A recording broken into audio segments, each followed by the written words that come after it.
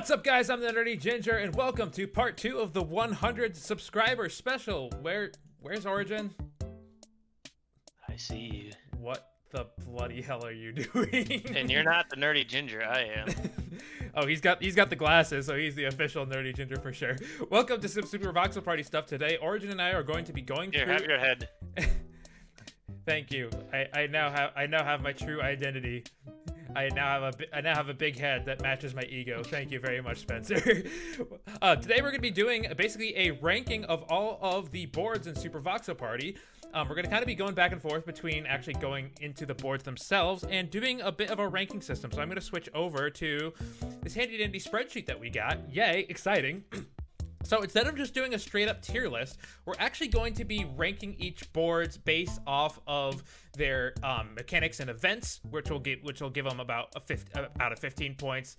Theme, aesthetics, basically how they look, that'll be out of 10 points. Their actual spaces, their layout, how you can route around the board will be out of 10 points, and then their music will kind of be bonus points out of 5, and we'll be kind of ranking each board, assigning some points, and we'll be seeing the total out of 40 over here. So how about we start from the beginning? And we're not setting any letter scores, but if there were, you could imagine like an S would be like a 36 out of 4 or 36 to 40 range. So Origin and I kind of like that. Origin and I kind of went through and ranked all of the, or gave ratings to all the boards on our own time. So now we're actually going to go. We're just going to take a look at all the boards and just kind of discuss some things. So I guess I'll kind of kick us off with Grand Canal of like the first board from Super Voxel Party. As far as like mechanics and events, there isn't like any really custom mechanics. We should also mention too, we didn't design this. This is a good old Nintendo board. It's a good old Mario Party 7 board, and while it is like the first board in that game too, it doesn't really have any crazy mechanics. But I think the events are actually somewhat interesting in this board. And shout out to those who remember this being a parkour event. Oh god, get out of here! Freaking, I gotta not grab these barriers and get them out of the way. Like, let's see, you got this one, which is like a fun event where you get coins dropped. You get some coins dropped on you. And then you got this one, which you can get coins, but it also takes you all the way across the board, so it's a little bit more interesting positionally. You got the more interesting blooper mini game up here. So, and I actually really like the bridge event too, like just the fact that it can catch multiple people off guard if they're planted on the bridge can make it pretty fun. So as far as like out of 15, I actually gave this one like a 7. It was like basically kind of about an average score, no custom mechanics, but the actual events themselves are good. For me, I gave it a 7.5, which out of our 15 scales, like middle average. And my reasoning is just that we got some creative events like the shell drop or coin drop, whatever you call it, as well as the boat event. But then you got some basic events like the blooper is basically just a random outcome event, or the tower just teleports you back to start. But at least with the bridge, like you mentioned, like it does teleport you around the board, but it can also affect other players, so that makes it a little bit more interesting than just like the default random teleport event. So I'd be fine with throwing this into a 7.5 that's kind of like a mixed. Well. Yeah, kind of like a mixed balance of the events. Some good ones, like some unique ones, and some kind of more basic ones. But that's all right. Moving on to themes, aesthetic, and vibes. So what we mean by this is we kind of mean like, well, what's the theme of the board? Like, do we enjoy this overall theme of having this cool like little Italian town, and just kind of what the vibes make you feel like in here? And for me, I just want to preface that I also kind of judge that a little bit on build quality too. So yeah, same. Actually. The actual way the board, like the build looks. So like for example, this one, I mean, I'd say it's a pretty solid remake of the original Grand Canal board. But in terms of the actual like build, I would say it is still kind of basic. That is true. I do not a lot of detail per se, but it's not bad. I do still enjoy it though, especially because it is fairly colorful. As much as people rag on us for the blue wall syndrome, I think it still kind of works with the vibe of this board, especially since it is covered in water. So I gave this one a 6. Like and again, for vibes too, like I also kind of looked at how unique of a theme it was, because obviously some of our themes and our boards are kind of like rehashed themes that have already been done in Mario Party, so they're not necessarily unique. But this one, I would say, yeah, it's kind of a cool idea going around like city inspired, kind of like Venice or something like that. I believe I gave it a 6.5. Yeah, 6.5. I'm almost leaning towards just like not even averaging our scores almost at this. I didn't really do a whole lot of 0.5 scores, honestly. So I did, and I'll kick us off on the next category. Good old space layout and routing. Let's fly up. So I gave that one Yeah, I actually gave that one an 8 on this board just Really? because like it's easy to get around the board. Like it's not a big board. It's easy to navigate when you're looking at the map. It's kind of easy to read and figure out where to go. So that's why I gave it like a pretty good score. And like obviously I didn't know how you judged it and your kind of like your scale. I mean, that's kind of what I looked at. That's kind of why I thought it would be fun to just not talk about it beforehand, because I think I mostly tried to think. Yes, I did take into account like how easy it is to follow, but I was also considering like how interesting it is and how it. I mean, that's fair. I didn't really take that into consideration, I guess, as much. Because this one I actually only gave a 4. My logic being it's kind of as basic gets, and one of the most kind of offending ones, paths, is kind of like basically the whole top section, because like if you go to this junction over here and you go up, you're not gonna get another junction for like 20 plus spaces. Actually, even more than that. Like you kind of just have to go all the way up and around. So like once you're on that path, you're basically locked. Well, fair enough. I'll knock my score down to 6 then. So we'd end up averaging to 5, because then you've also got like this path, which is kind of pointless. It's like, okay, you're basically there's no star on this upper path. So literally the only reason that you would go up is basically if you were to get the event. Otherwise, there's basically. What do you mean? The star is the upper path. Oh wait, never mind. You're right. There's one. It's right here. I forgot about that one. I was thinking about the one on the boat over here. Because other than that, it's like this bottom path is shorter and gets an item shop. And has a shop. Yeah. Otherwise, this middle part and there's no red spaces. There's actually 2 on that top path. The middle part of the board is pretty good. I mostly think about because I think most of the space distributions in most boards are relatively similar, so I didn't think about that too much. So I was mostly thinking about like ways that we could cut between different paths. I also kind of took that into consideration too about like item and equipment distributions, and on this board I would say it's pretty solid. And then music, obviously. This is where things are going to change a lot, because obviously you did your whole music tier list with our composer Curb, so you have a lot more to say about the music than I do. But I gave it a 4. Care to elaborate? I like it and it fits the board. That's really all I can say about it, to be honest. I definitely basically put my rankings basically exactly where my tier list rankings would have been. So shout out, go watch the tier list with me and Curb about the soundtrack. I've actually listened to the soundtrack a lot in my own free time, and I tried to rank them amongst themselves, and I gave this a 2 out of 5. I wouldn't actually, but it's like this is like relative to other songs in Voxel Party. That's fair. So like mine are more objective. Yeah, they're not compared to each other per se. It's more of just being kind of like based on a scale. It's like, okay, I'm not gonna listen. It's like the same thing where it's like most songs I listen to in my day-to-day life are probably at least a 7 out of 10, because those are the ones I choose to listen to. I don't choose to listen to the ones I don't like. But for this purpose, I wanted to do it relatively. So I think I put this in like C tier in the video. So I gave us about a 2. So it looks like we're gonna average at about a 3 for this one. And it's something else I should mention in my music category too. Is my score is based on kind of an average of both the original and remix themes. Yeah, and usually for me, most of the time the remixes aren't like super far apart in those. I think for the cases where they were, I tried to lean on which version of it I liked more, and we'll get into that in a particular example later. So I'm gonna start throwing this into the spreadsheet now. So we've got about 7.25, about very average score for our mechanics and events, themes and aesthetics. We gave that a 6.25 as well. Base layout, about a 5, and it sounds like we're averaging at about a 3 for the music. So we're getting a total score of 21.5, just slightly above a 5 out of 10 board. Great. All right, welcome to Pirate Dream. We've got another original Mario Party board, or not original, I don't know, whatever. One from Mario Party 5 that I am very nostalgic for. So let's get into some of the mechanics and events. I would actually obviously the best event here is the boulder. No questions asked. Questions asked. It gets to run us around. It is very impactful. And it's even cooler now than it used to be, because we added like the giant block model, that kind of animated thing. Most of the rest before it was just a clone. Most of the rest of the events are pretty basic, honestly. Like, I mean, we have a basic whack-a-mole, which that is fun. It's kind of nice, I guess. It's for some coins. But then you've got like this waterfall event, which is probably one of the least impactful events. It literally does nothing. Well, this one it makes you lose 1 space now because we made you start down here instead of on the space. This one up here is a little bit more impactful, except, but you could basically just walk up to the Womp again anyway, so basically it just kind of makes you lose 10 coins and slows you down a little bit, so not nearly as impactful as you think. Yeah, and then you got the cannon, which just sends you to 1 of 3 spaces. Which is kind of average.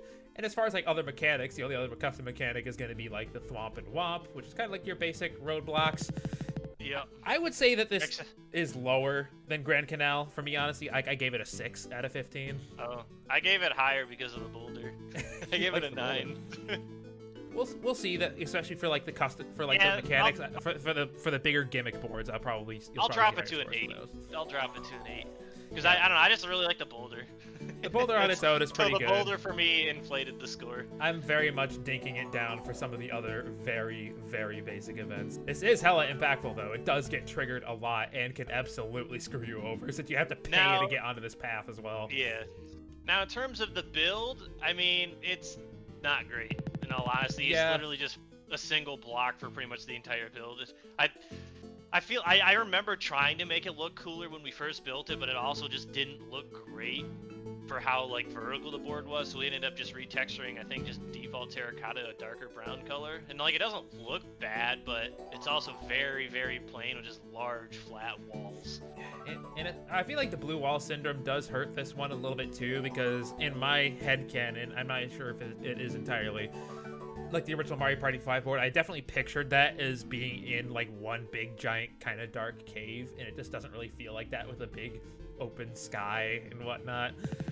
This one I think could have benefited from being a little bit darker, and yeah, it is just kind of. I guess I just never realized the board was supposed to take place in a cave, so I think that's part of the problem. It has like sky axis and the blue walls. I thought it was just on the side of like a cliff in the ocean. I mean, you're probably right. At the end of the day, that's just what I always pictured in my head. I mean, because you also never in the real Mario Party, you don't get to look this way. That is true. You're always just good old camera, good old trick of camera. So that absolutely affects my perception of it. So for this one, I gave it actually a pretty damn low score. I gave this one a 3, even though I am very nostalgic for it. I gave it a 3. Like, this is probably where the build quality is probably at its worst. Besides the 5. Yeah. Besides like the chip, which obviously does look pretty good. The rest of this. I mean, to be fair though, that's ripped right out of Battleship. Exactly. Really. Exactly. But I mean, I don't mind the little dino guy I made up here too. I think that actually turned out alright. Oh yeah, you're right. Considered. It's just most of it kind of goes. Cool. So but everything else, it's just like I said, it's large, just plain walls. As far as space layout and routing, this one I also gave pretty low. I gave this a 4, mainly because there's. I mean, yeah, the problem is there's some pretty hard to reach spots.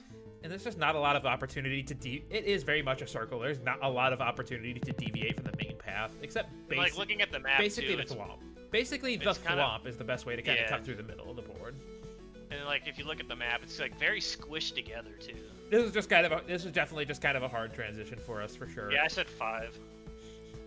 Yeah, I think Spencer's scores are going to be averaging a little bit higher than mine. I think I basically. I am just to be fit. Just so you know, I am lowering them a little bit for my original scores too. Because my original one, I think I was like a 6 for this, and like the build, I think I gave it like a 7.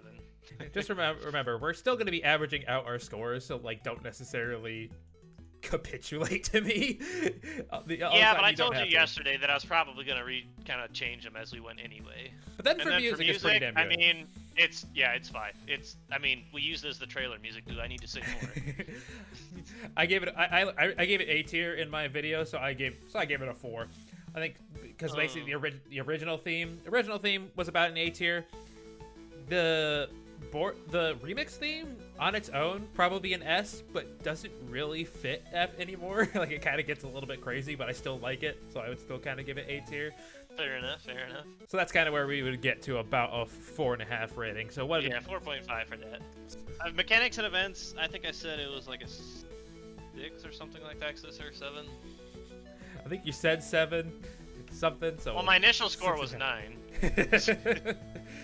When we're thinking about it, we're gonna scale up a little bit. Themes and aesthetics, I think we also gave this one pretty low. I gave that a 5. So I think we'll average that one at a 4. I gave it a 3. And then layout, I gave a 5. 4.5. Nice. And then music, I gave a 5. So I guess we'll go 4.5 for that one. So we're below average, unfortunately. And again, I still like playing on basically every Mario. Like, the very core Mario Party experience is still very fun. So, like, I just want to say, like, yeah. Even the bad, like the boards that are ranked at the bottom of Voxel, I still think are fun to play on. Like, they're not objectively bad. I think all boards are, like, at least good to some extent. Because you have the core mechanics of Voxel Party, which we like in general, and it's just some boards do it better than others. I'm not having a 4 out of 10 experience when I'm playing Voxel Party on this board. Let's send us off on the good old Womp face here. He's so beautiful. All right, and we've now made it to Koopa's Tycoon Town. This is the last board ripped from actual Mario Party boards, and everything after this will be unique. Starting off with mechanics and events. This one obviously has the unique distinction of having the hotel system, where you can invest. You get into a crazy unique start system. You get to invest coins in it, and the more coins get invested throughout the game from everybody, it upgrades, and you get to increase the total score. Increase how many stars that it's worth. On top of that, you basically got like the event spaces that can take you to basically the secret hotels that are like automatically worth 3 stars and harder to steal. On top of kind of the crazy way it interacts with our items, with especially like portal pearls basically being like the kryptonite from relying on those things, and I find it extremely And this board also has the only secret event. I think you remember which one it is. I'm here. The only secret event, basically, we left a little gap in the barriers here so you can go inside, and something fun happens when you go inside. Minus 50 coins. I didn't read the sign. And it actually takes 50 coins, so don't do it. It's so beautiful. It's so beautiful.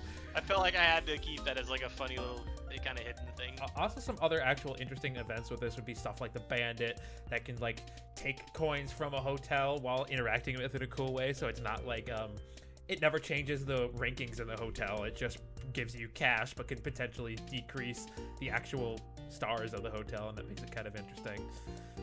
But then you have the custom item mechanics as well, like all the Phantom, the Enderman, and the Fortune Pearl all behave very interestingly on this board, and so many people on the NerdyGinger Discord server don't like. So many people on the NerdyGinger Discord server don't like this, but I'm gonna double down. I actually like this board. I like this board with one caveat, and that is, I mean, it wouldn't be true of the original board, but I wish the hotels had at least one more tier for the high coin and high turn count games. Yeah, and that's fair. I feel like that's my only complaint. Anyway, I dig it. I'm gonna give this one an 11 out of 15. Like, very much carried by the actual hotel mechanics, and brought down a little bit by some of the more basic events. Like you have I gave crane event for the same reason. 10 coins. I gave it a 9 kind of for that same reason, because the star system really makes this board, but in terms of the actual events, the ones that teleport to the other hotels is just a TP event. The one that drops coins on you just gives you 10 coins. So like the events are pretty basic, but the star system is very unique. As far as theme and aesthetics, this is where we're gonna have a massive step up. I'm gonna give this one an 8. I think the build quality in this turned out pretty damn good, and I give it a And also the fact that it's not as cramped. We used more of the space to the sides of the map, since we kind of had to in order to fit the extra hotels in. So it makes it feel a lot less cramped and helps with the theme and vibes of the whole thing. Yeah, I gave it a 7, so right about where you're at, and I think overall it's still good, but there are still some of like these side buildings that we put out here just to have something there are still pretty basic, and we probably could have done a little bit more with them, but this one's literally overall it's still it's definitely a step up though. I think I feel like I mostly captured the look of the hotels from the game with the builds. I appreciate that, because I do not have that level of build quality, so I think you did a pretty good job on that. I think I did. What I think would bump this up like a point or two is if we had more NPCs and like stuff actually moving around, because it does kind of feel weird like these cars. If these cars were animated, I have another, and that's actually another spoiler. There's another board that would really have benefited from animation, even though none had it. Yeah, I'll mention that later. You probably already know what it is. I can't necessarily think of it off the top of my head, but we'll kind of see. We'll figure it out as we get through it. It's just like, I think the whole reason that we didn't do partially laziness, but also because it would absolutely tank the performance of the game. I mean, it already has some performance issues. Let's move on to space layout and routing. This one, when we look at this, it is pretty damn basic. Like, you are still mostly going in. You're going to be going around in the whole circle. But I think the hotels actually kind of help for the layout for me, because it means that you can really go any direction and you will be heading towards something interesting. You will always be heading towards one of the hotels, and different paths have like the different useful events on them. Like you can choose to go up and head to this hotel, and you're also leading up into like some of the lucky spaces and bandit spaces. Going through the middle, I really like that central path too, because it's a nice way to kind of get to the top of the board or back to the bottom of the board. It's somewhat easy to pivot and cut through the board in a little bit more of a quick way. So because it's basic but executed very well, I gave it a 7. I gave it an 8 because same reasons, but also because it's easy to read on the board map. Yeah, it seems Spencer actually really likes the simple layouts, if anything.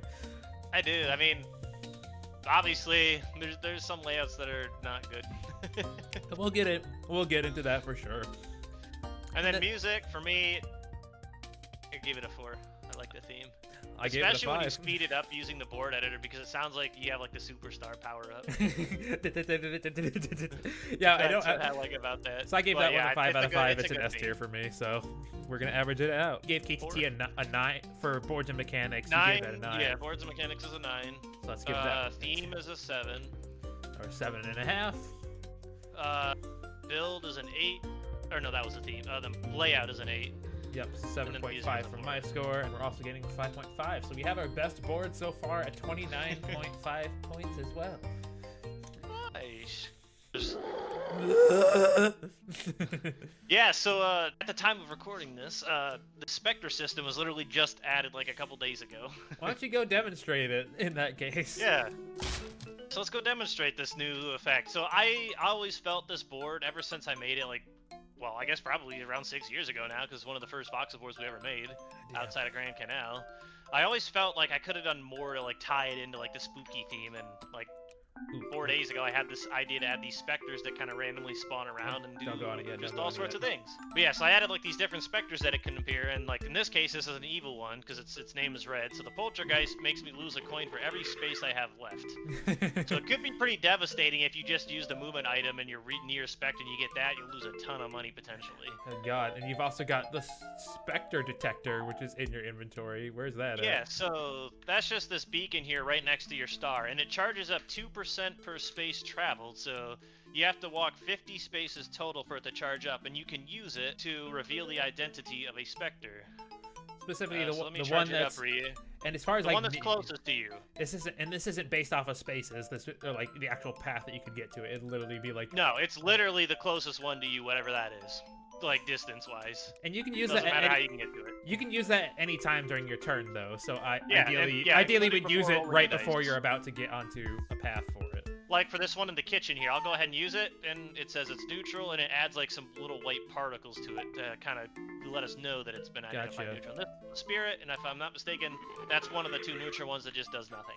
And then there's some other big ones, which I found out when I was testing today, could actually let you buy a star or even trick you out of one. Yeah, so there's the, I think it's the apparition and the doppelganger. So one sells you a real star for 20 coins, and the other sells you a fake star for 20 coins.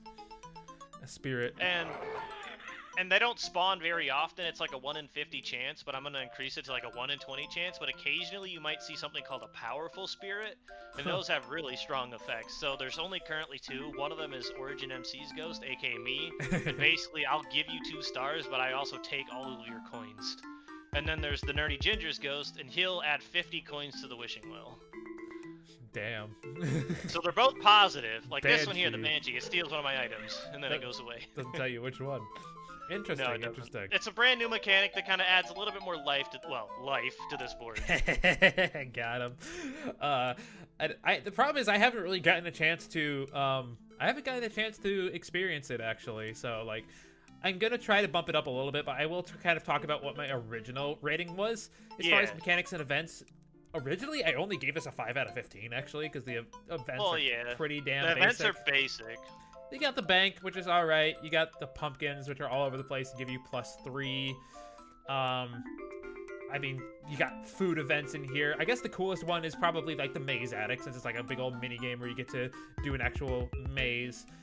problem is I kind of miss how this board was during OG Voxel because I feel like he kind of stripped it down a little bit to make it work with board I mean, editor. I did because I kind of wanted to showcase the board editor a little bit. So Yeah. the bank, like the wishing well, it was downgraded because it used to let you gamble.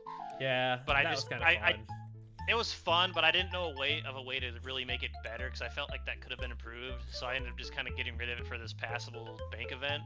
And then the middle floor, I'm honestly not really sure why I didn't let players go to like the bedroom floor for coins.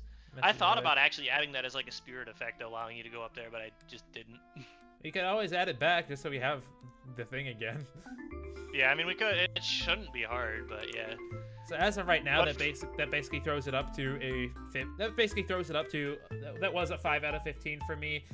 This is just, and then as far as like the spirits, just kind of guessing. It doesn't feel like they're like super impactful most of the time. It's kind of just like another random thing that it's another random thing that could happen. So I'd be willing to like bump my rating up to like a 7 for that. Yeah, though I haven't actually played I it. mean, I gave mine a little bit higher. I mean, there's probably some bias here because I made the board and I like it, but I gave It's it your a first 10. one. And I think Ugh. part of the reasoning for me is because, well, the spirits were just added and I actually like that idea. But also I like that pretty much every event on this board has multiple trigger spaces, which is something that most boards don't actually have. So like there's like 3 wishing wells around. The pumpkins have like 3 different spots to trigger it. The food Yeah. in the kitchen has 2 different spots. So there's a lot, like there's a lot more chances to get events on this board compared to others. Yeah, if If the events are a little bit more basic. If we could have some more of the originals, that'd be nice. So I guess I will have to compromise with you, and this will end up as about an 8.5. Next up, we have the theme, aesthetics, and vibes. This is also going to be a pretty damn good score. I gave this one a 9 out of 10 for this one. It was. I think the board turned out pretty damn good. The house looks very cool. I love that we can go both inside and outside of the house. And on the inside, it's not just a shack. I feel like there are like cool different rooms. You got your dining room. You've got your nice looking kitchen, which is a little weird that this really isn't that scary of a haunted house, honestly. No, I know that's the problem that I was like saying, kind Billions. of with like the mechanics. Is it like I wish it had been a little bit more tied into like the spooky theme because the outside is, but the inside not so much. And I also want to just say shout out to Grian, if you know who that is. He uploaded a video on how to build a manor, and I followed that tutorial and just upscaled it quite a lot. Oh yeah, So it's not exactly an original build on my part, but it also kind of is because I didn't follow the tutorial 1-to-1. I just followed the building principles and just scaled it up. we shouted them out in the board spotlight video, but I think this turned out really good. And this doesn't have blue wall syndrome; it has black wall syndrome, but it actually works for this theme. Yeah, but it's a dark haunted house. you can't really tell because it's Exactly. just dark. It's completely enclosed space, so it just kind of like fades away. So actually, what was your score for this one? For this one, so I gave it an 8.5, and the reason is that I kind of alluded this into Grand Canal, I think, but it's not an original concept because like it's been done in Mario Party already. So that's kind of why I knocked it down a couple of points. Yeah, so looking at the layout for this one, I think I gave this one about a 7. Like this. Yeah, I gave it a 7 as well, and my reasoning is that like it's easy to get around the board, but it can certainly be a little confusing to like understand the map and directions inside the actual manor because there's just a ton of junction spaces in here going all over the place. Most boards in general in Mario Party, you kind of start from the start and you kind of end up going clockwise towards the end. So this board does have a little bit of that final stretch feeling kind of long with not a lot of not too bad, honestly. Like you do have the junctions here to like try to take like a shorter path through the house and whatnot. And again, I like that you can go into the house from the start and choose whether to go left or right, and it feels kind of different, even though you do kind of get funneled to the back eventually. There's a good amount of choice in this board, and it's easy to get around, so I dig it. Yeah, and that's why I gave it a 7 because it's like you said, it's super easy to get around because of how like kind of compact and all the kind of ways to go inside the house and junctions. But because of that also, it makes it maybe a little bit more confusing to navigate in there, so that's why I knocked it down a little bit. Or I guess one other thing is that it's a pretty flat board, unfortunately. Like, all the spaces on the outside are basically on the same layer, and then all the spaces in the house are like one level higher. So I wish maybe there's a little bit more height variance in there, but other than that, I think it's pretty solid. Then for music, if we were talking I to gave it a- Curb, yeah, if I we were gave it talking a to Curb, My You and favorite Curb- theme in the game. Really, you and Curb both Yeah. love this one, man. I like them. I like both the remix and original, but I think I like the original just a little bit more. I gave it a 3. I'm sorry. How which dare is you. still very good. It's still very enjoyable. Because like I don't know, it's just like one of the first themes he made for Voxel, and it really fits. I feel like. And again, it is also for your boy. I know he said in particular that he absolutely loves Halloween themes, and obviously this was your fourth So do boy, I. so. I do too. Like I mean, even though I don't really do anything for it, Halloween is definitely my favorite holiday. I just like the vibes and the season and just the spookiness. Spoon loved his Scooby-Doo as a kid. I know that for sure. Yeah, I still do. Scooby-Doo's OG. Let's move over to that spreadsheet. So I think we are balancing out on this. I gave it a 7. You gave it a 10. Yeah, 10. So it's gonna be 8.5. Sorry, I gave it an 8.5. 8.75 or 7.2. 8.75. Oh my god, I cannot type. 7.5. Jesus. All right. Space layout, we both 7. gave it a 7, and it looks like we're going to average at about we're going to average at a 4 for this one, which that actually that last point for the music does kind of make a difference for sure. It's just a little bit below KTT, which definitely would have been lower. Would have been lower for me, but that's fine. That's fine. Now we get to go to hell. Welcome to Hell, Diabolic Warfort, the first board that I designed for Super Voxel Party. And grab a cold beer. You should know the song. I don't. It's been so long. I don't remember. You can live by the sea, so happy you'll be with your cobblestone tree. Hack and slash. Gold nuggets. I'm rich. The nostalgia. All right, let's talk mechanics and events for Diabolic Warfort. We're still in kind of the basic voxel territory where there's not like any super unique mechanics for this one. No unique mechanics, but boy, this is kind of our first like big board event though. Board that featured a big board event. It is definitely a trend for a lot of, especially like some of the GameCube Mario parties, to have like a big landmark at the top center of the board, which is probably where some of the inspiration for this big old cannon comes from. This is probably the most interesting event where you're able to go, get into the cannon. It will open up like show you all the different segments of the board where you can rain hell down on people. And I will say, I am so happy that when we imported this to the new stuff, you actually overhauled it, and it's not like the item frames anymore. Like, yeah, the maps. It's significantly better now than it used to be. That's probably the most interesting event. You kind of got this one that I like the mine. Launches you to a random space. Yeah, the mine events are fun. I mean, it's pretty straightforward, but I don't know, it's kind of fun. I like interactive events like that. A little bit of the risk reward, because this one's also like this one's also a play on the mob fight, where it's not just you're trying to just kill it and win. It's you're trying to kill as many as possible and get as many coins. And have dream level luck and getting good blaze rod drops. It's true. Then the other two events are kind of just meh. We kind of just that blaze event where you just lose coins. This one where you lose coins. Or the volcano that just sends you to a random one of some odd spaces or whatever. Or I don't remember how many spaces I can send you to actually. So for this one, I gave this one a 7 out of 15. I could understand if you rank it lower. So what do you think? Oh no, I gave it an 8. 8 out of 15.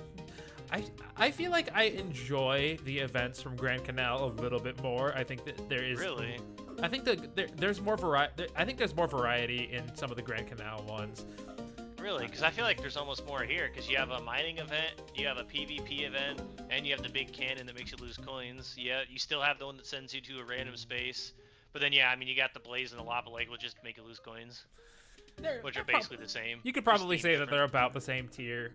I probably would give the slight edge to Grand Canal, but I'm fine if we need to average this at a 7.5. Like that's very much splitting hairs. Moving on to aesthetics and vibes.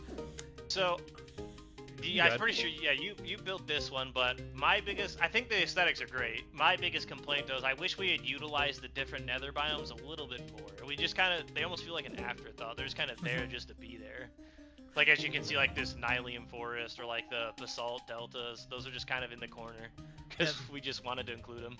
Yeah, but at least the Lava Lake and, like, the default Nether is, like, pretty prominently featured, though. Or the Crimson Forest and the Lava Lake. Yeah. So I think and the Soul Valley, that one's got some good representation. I also don't think my build quality is good. It is kind of basic. You got the big old square. All right, we got Discord's going on. I have not muted my Discord sound, so I will have to do that in a second. I also like that this board has like a lot more variation in height. So like there's still a lot of flat sections, but it like makes sense for this board. But like you also have more raised and other lowered sections. I like the tiered feeling that it has. I did kind of picture these going up a little bit higher because I thought it'd be really fun to look up at this big old fort.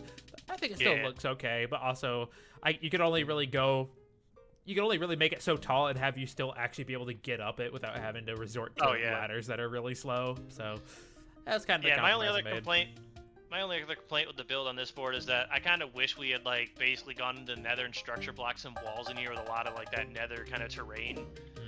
Because I feel like that could have kind of fit the vibe, but other than that, I think it's I like it. That's why I gave it a 6. And it's a little bit more of a unique theme too, because like Mario Party ain't never, or Nintendo ain't never put a board in hell. Well, they've got Bowser boards for sure, but I guess it a 6. I guess. So what do you think? I gave it a 7. 6.5. Let's do it.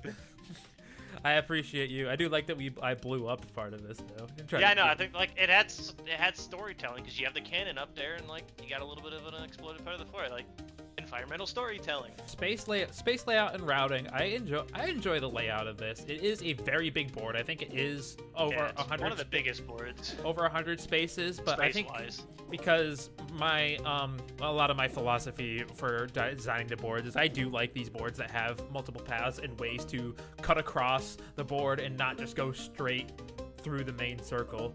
So it's like, okay, even if I go around this outside bit, right?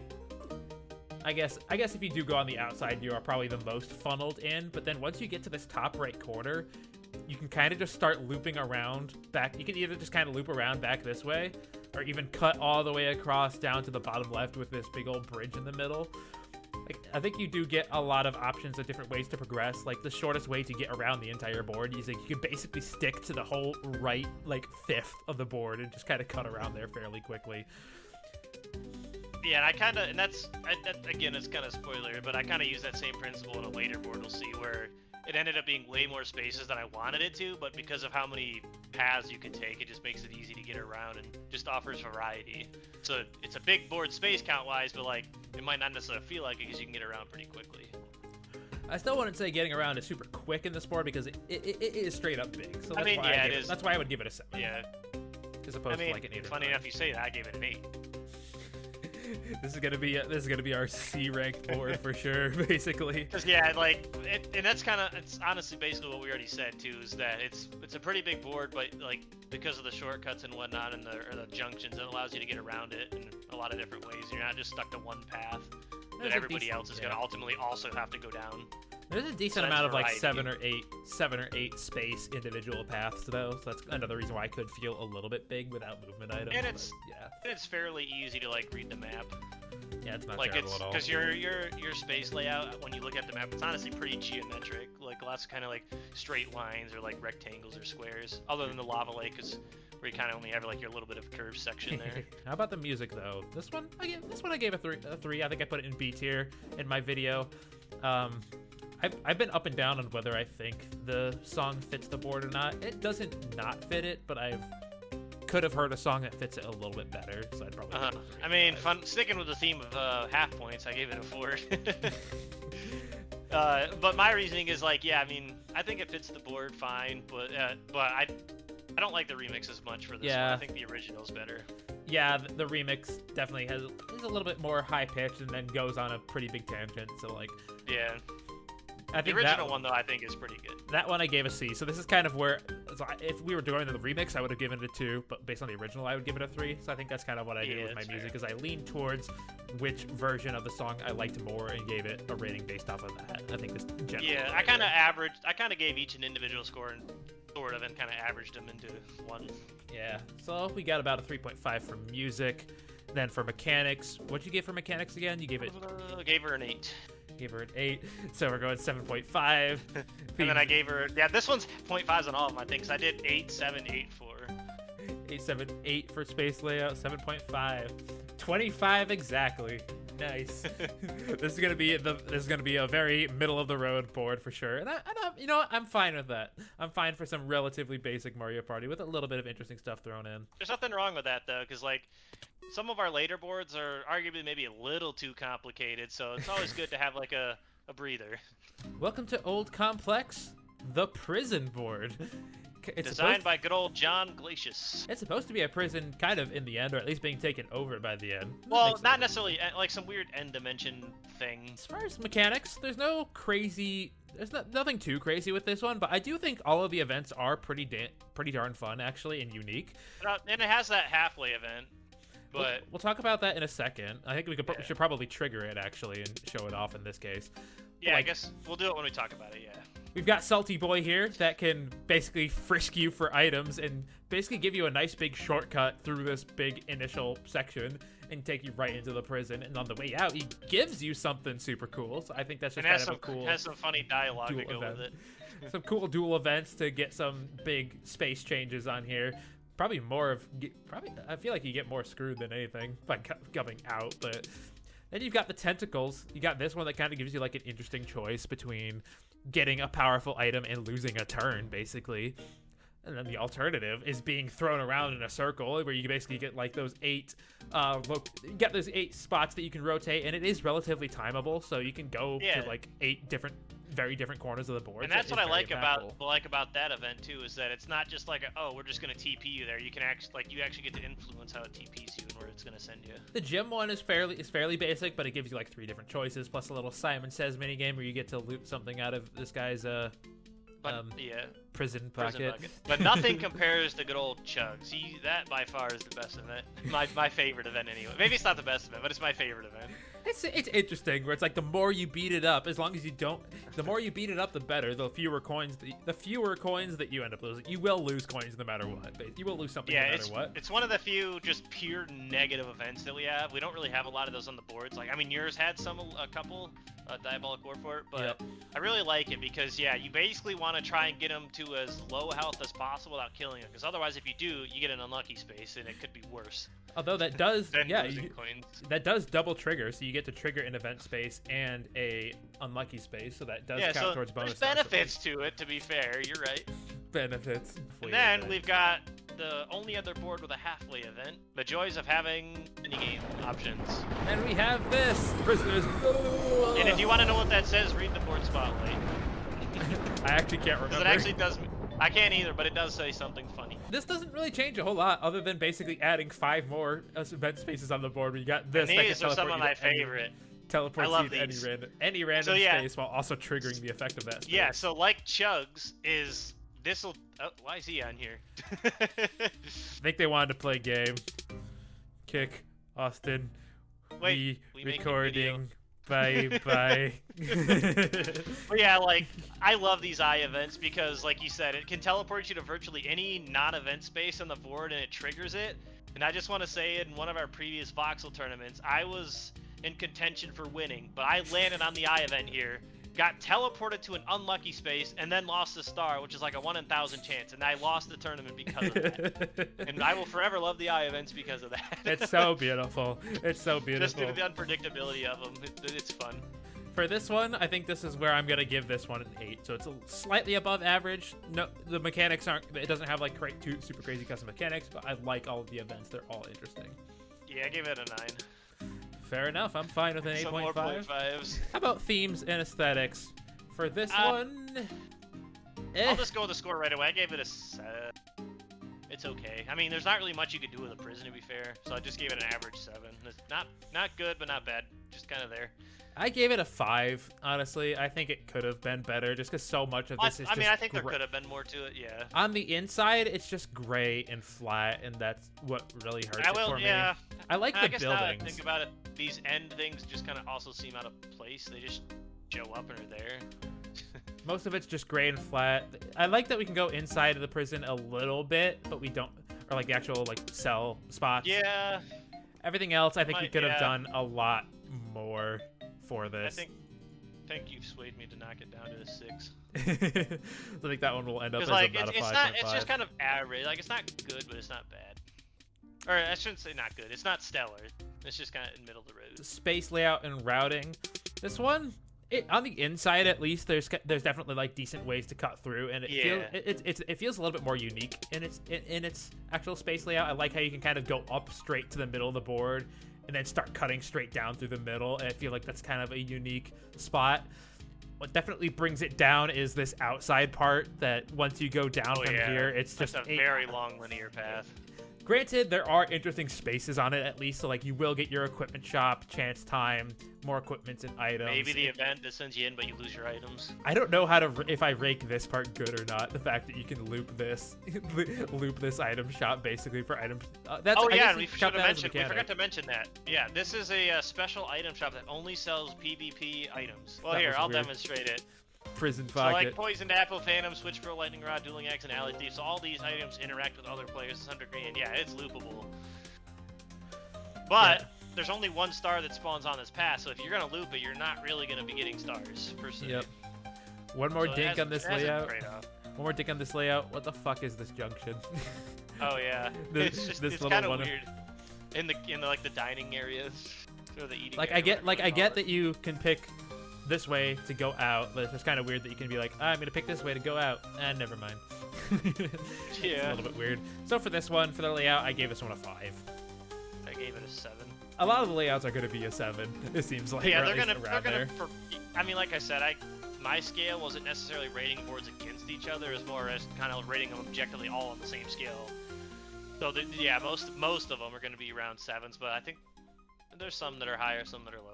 Then we've got For the music, I mean, They're an absolute gave it a- bop, though. I gave it 2. It's not a bad theme, but like it doesn't fit the board at all, either theme. I love the 2 songs actually, especially Well, I the think, remix. yeah, I know. That's what I said. I think they're good. It's just that it does not fit the board whatsoever. That's either. why I gave them a 4. I said this in my tier list video as well, that like I'm mostly ranking it off of how much I like the song, and then whether it fits the board or not probably affects like 1 tier or 1 point. So that's why I gave it a 4. Otherwise, I probably would have stuck like the remix version. I would have stuck that in S if it did actually fit the board. So bringing it over to the spreadsheet, I really should be writing this down as we go, at least in chat. Well, mine are 9, 6, 7, 2. So I guess we're going to be like an 8.5 for this one. You gave it a 6 for this one, so that's going to be a 5.5. 7 for the space layout. I gave it a 5, so that's going to be a 6. That's going to be a 23. That's going to be a 23. So it's a little bit worse than Diabolic War for it, but like but also above the Grand Canal and Pirate Dream, which I think that's accurate so far. So I'm okay with that. Now everybody, welcome. Now we're getting into like the big contenders for the top tier boards. Welcome to Bloody Hyrule. It's literally Hyrule from Breath of the Wild. It looks bloody amazing. You know what? I'm gonna skip mechanics for now. I'm going to theme, aesthetics, and vibes. 10 out of 10. Yeah, same here. My only complaint is, and this doesn't knock the score out. My only complaint though is because we had to convert this to the new map where all the boards are next to each other. It's not in like an endless ocean like it used to be. Yeah. So we had the blue wall put up. I did But write other that than down. that though, it's 10 out of 10. This is actually one of the only boards that I whipped out like good old world edit and like made the terrain and all that. It looks. Actually made it look nice. It all looks really nice.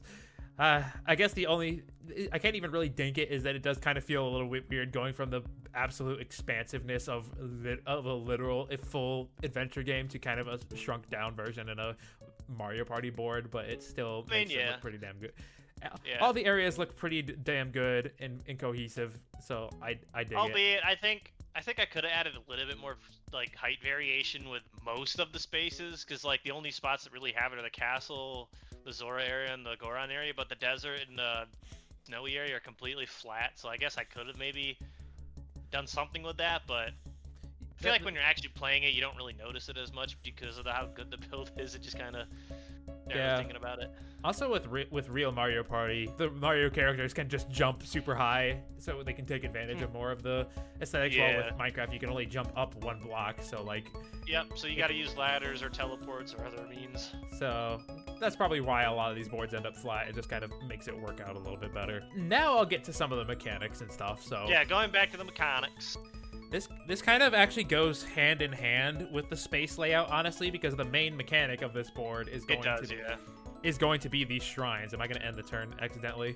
Well, technically it's my turn, so maybe. Hey, we'll see how this works. Is that you can warp to any spot on basically any of the 5 main spots on the map. I know what the problem is. It's because you don't have a spaces score. Yeah, so I'm going to get off of it. So scoreboard players set, TheNerdyGinger, spaces a bajillion. That's really the key mechanic of this board, is that it is. I'll kind of talk about this in conjunction with the space layout. Yeah, I mean, you kind of have to because they're literally tied together. The space layout itself is actually very basic. Is that it is very much like a circle for the most part, with a couple of deviations. Like you basically there's actually not that many junctions on this board. You basically will be going counterclockwise essentially the entire time, with kind of this. You can also cut through the castle to skip some of these southernmost areas, but for the most part you're going counterclockwise, except for these shrines, which you can literally choose to go to any of the corners. Like the 5 main layouts, or the 5 main landmarks of this board, you get to go to basically any spot, so you can go. I should also mention too is that they're all pretty much behind star spaces, which means if you go to it, you can use them to like snipe stars from other people. So it actually adds some strategy to the game too. This is up on the, I think it's on the higher end in terms of spaces. I can't remember how many spaces are in it, but like you'll have to check. Yeah, you'll have to reference the board. I want to say it's in like the 80 to 90 range, but this helps you to get around a lot. Yeah, especially the Goron area, because that's a complete linear path, and like at least with the shrine there, you can go somewhere else. So it kind of acts like a junction. That's probably the part of the layout that I would dank the most, is that this probably is that's the thing with like most Mario Party boards, is like the top right part of the board usually tends to be like the least interesting in terms of layouts, because it's just kind of trying to get back to the end. This probably is the longest stretch where it's a little bit less interesting, but it still works, and it works well with that mechanic. So I gave the spaces and layout an 8 out of 10. Where's my score? So spaces and layout, I gave a 9, and because, like you said, the layout itself is kind of basic, longer linear paths, but the shrines really kind of add to the mobility around the board. So then the mechanics, which the shrines are basically the key mechanic of this board, but then the other half of it is basically being able to fight the divine beast. So let me go ahead and trigger that. And so this was the first board to feature a halfway event, and as you can see here, it doesn't have the cutscene anymore, but as you can see here, basically Ganon takes over the castle, and he corrupts all of the divine beasts, just kind of like in the game, because I wanted to pay homage to that. What this does is it adds 4 new temporary star spaces to the board, where you can go to one of these divine beasts, fight a little enemy, and if you win, you get a star, and then it goes away, and you can't do it again for the rest of the game. So it's kind of a way to like either get ahead or catch back up if you're falling behind. And I dig it. I know when we initially designed it, we were like, oh, this would be really great for longer games. But honestly, I've realized the more I've played this one, whenever this does get triggered, honestly, most of like 1 turn. 1 or 2 turns, honestly. And the bosses themselves are pretty damn easy. So that is going to be this is going to be the main reason why I give this a 10 for the mechanics and events. Like I love it overall, but I think the beasts are probably what could have been better and gotten us more points. So, I mean, I gave it a 12 initially, and, I mean, the shrines definitely are probably the biggest factor in that, and, like, the Divine Beasts are cool, but I didn't give it higher because the actual event spaces are kind of basic. So, like, you have the Geyser one, which just pushes you down, so it's effectively just teleports you to a new spot. You have the Goron one, which just makes you lose all your items. You have the Archery one, which is, I guess, probably the most, the Gerudo one's probably the most unique. It's parkour. Because you have to do a little parkour minigame. But yeah, the events for the most part are pretty they're nothing to write home about. But this is where we're starting to get in the boards with more unique gimmicks that are carrying. Yeah, this was definitely our first board that kind of like this is like these shrines and these divine beasts. We didn't call them this at the time, but this is basically our first utilization of the passable event before they were the passable event. I'm fine with 11 out of 15. That seems pretty darn good for this one. Yeah. Then for music, this is actually the only one I gave 0.5s to. I gave it a 3.5. Like it fits very well. It's very energetic. It's just not one of my absolute favorite songs in the game. Yeah, I gave it a 4, so it's about the same. I dig. It fits. It's a good theme, but yeah, I don't really have much to say about it other than that. Just not one of my absolute favorites. It looked like we're going to be a 3.75 for our music. We're going to go 11 for the mechanics and events. Theme, I think we both gave that a 10 out of 10. Hell yeah. Oh, yeah. And space, one of the few boards that'll get that probably. Space layout, I think, did you give the space layout a 9? Yes. I gave it an 8, so we're looking at an 8.5. So we're at our highest board so far with 33.25 points. So an A tier board.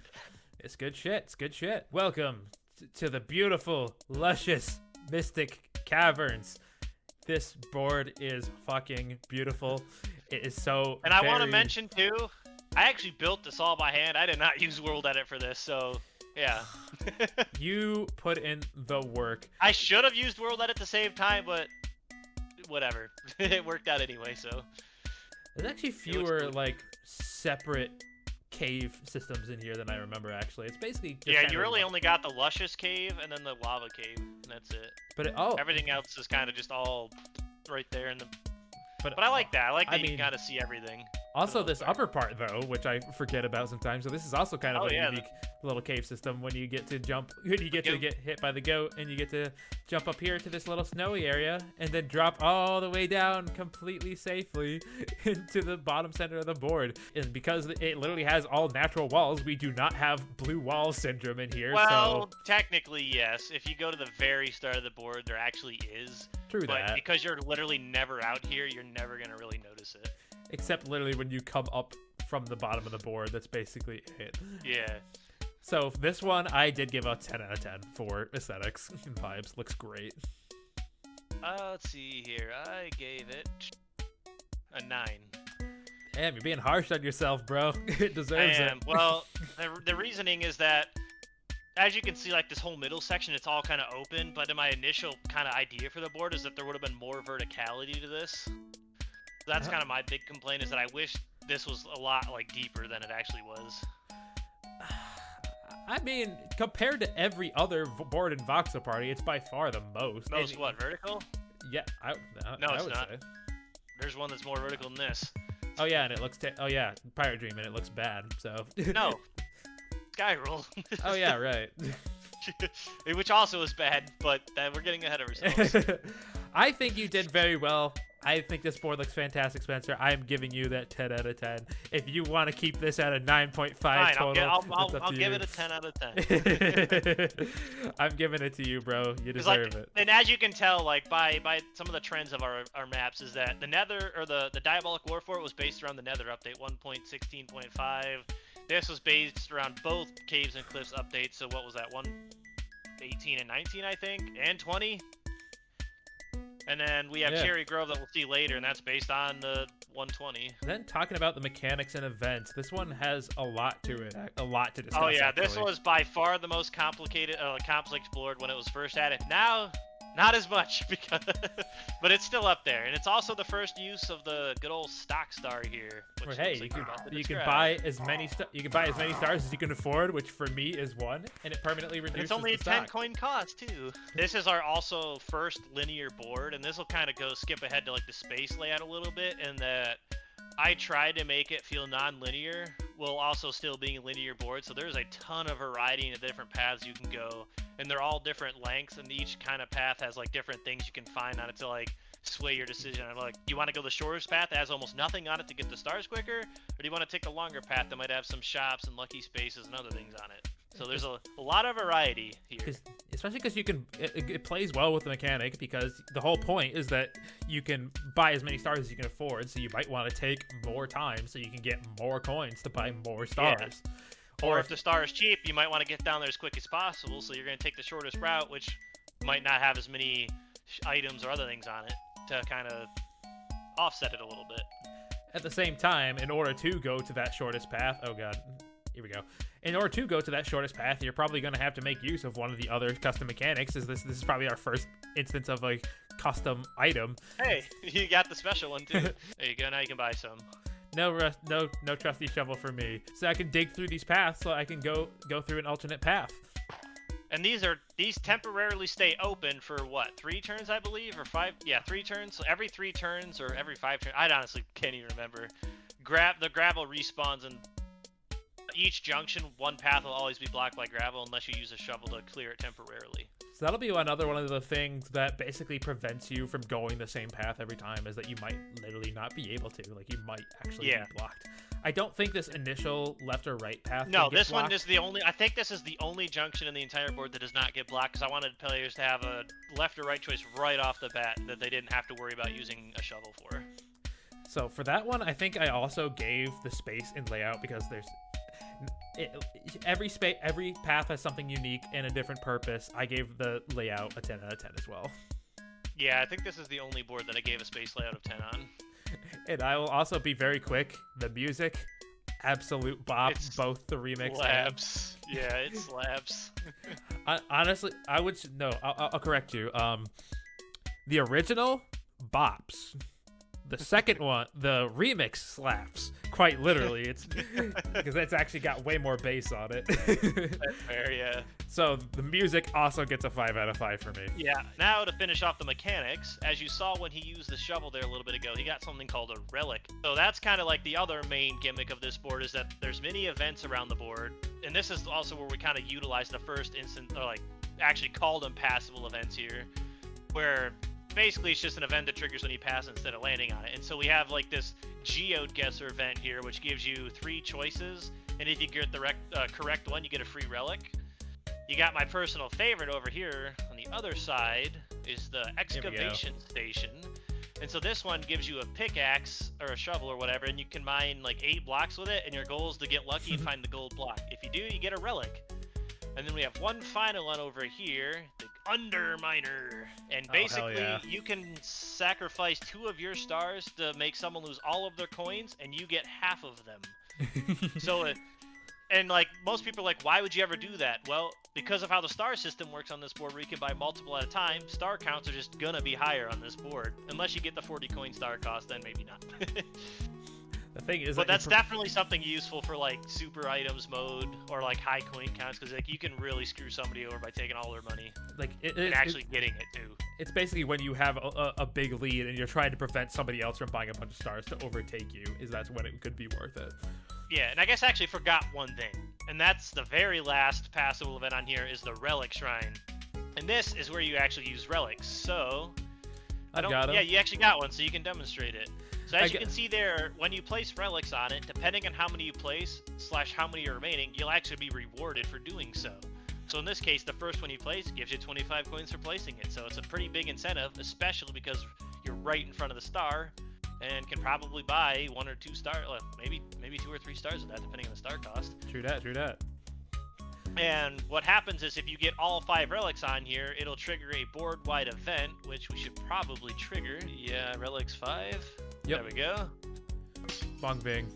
It becomes. And now what happens is, it becomes a passable lucky space, but slightly better because now it can give you up to 2 stars. It just removes the item outcome from it. But I should mention that 25 coins you get there could give you more than 2 stars depending on the star price. If it's 5 coins, you can get up to 5 with that. And then it basically doubles. It's OP. And then it basically doubles the effects of this event, or a bunch of these events. Yeah, a bunch of these events become stronger now. So the excavation station here, I think he lets you dig at twice as many blocks. And then like the geode guesser over here, now you only pick between 1 to 2 geodes, and makes you it have a a little 50% easier. chance of getting it right. But the Underminer is even better. He still takes 2 stars, but now he gives you 75% of the coins that are stolen. So a nice increase there. So many of these mechanics work together. I think the only... We didn't even talk about the normal events either. Well, because that's going to be the only thing. Those are kind of, those are pretty basic. Those are the ones that are going to bring it down a point. It's like mainly the hard hat event's kind of stupid. I'm just going to say. Oh, we forgot to mention this too, the stalactite passable event that makes you lose 1 to 15 coins. And that's basically the only thing that the hard hat event is used for. So I think this is where I'm going to give this one a 13 out of 15, which is our highest score so far. If we had slightly better question mark events, it would be it already is very close to perfect. Yeah, I mean, I gave it a 12 on that category for the same reason. The green events are just, they're not the best. And I think that's just because I spent more time working on all the passable events and relic stuff, so it kind of balances it out. But it would have been nice to have like more unique events, but it is what it is. It is damn good. So we are going to give this guy a 12.5 for events. Perfect 10 out of 10 for theme and aesthetics. 10 out of 10 for the layout, and 5 out of 5 for music for a score. So near perfect score here. 37.5 out of 40. So that's pretty damn board. good. Good shit. Good job on this one, Spoon. All right, now welcome to Cherry Grove, where for board number 9 we go back to being incredibly basic. Technically, this was added later. The real board number 9 would have been Frostbite Falls. True that, I guess, but this one ended up Which is being also basic. this one ended up being even more Less- basic than that. Yeah, even more basic though. Yeah, But hey, there's nothing wrong with that necessarily. But there's nothing really interesting with this board at all. Is the problem. I am going to talk about the mechanics for this one. Probably my Yeah. favorite event is probably this Alley Thief one, because you do get to run around, you get to collect apples, and it's kind of fun. it's basically like a lighter version of the one from Grand Canal. There's nothing that like freezes you. This one is kind of dumb. You just have like really, really slow zombies come out, and if they touch this, as long as you can do your 1.9 combat effectively, you're going to win this one. And all the rest of them, I think, are pretty much basic board editor events for the most part. It's like basically random Yeah. outcomes, random events. Yeah, but the random outcome in this case is a little bit more unique, because like you actually get to go in and pick a chest instead of just be like, oh, here's a thing in chat. So I give it a little bit more points for that, because it actually was kind of hard to program. I won't lie. Gotcha. And then kind of lastly, you just have like the classic Mario Party 1 style mechanic of being able to basically pass by start again and getting your 10 coins. So No, I think you call this the Monopoly mechanic. You pass go, you get $200. This is true. In this case, you pass go and get 10 coins. All that being said, this is by far the most basic any voxel boards get in terms of events. For that reason, I gave it a 2 out of 15. I gave it a 5.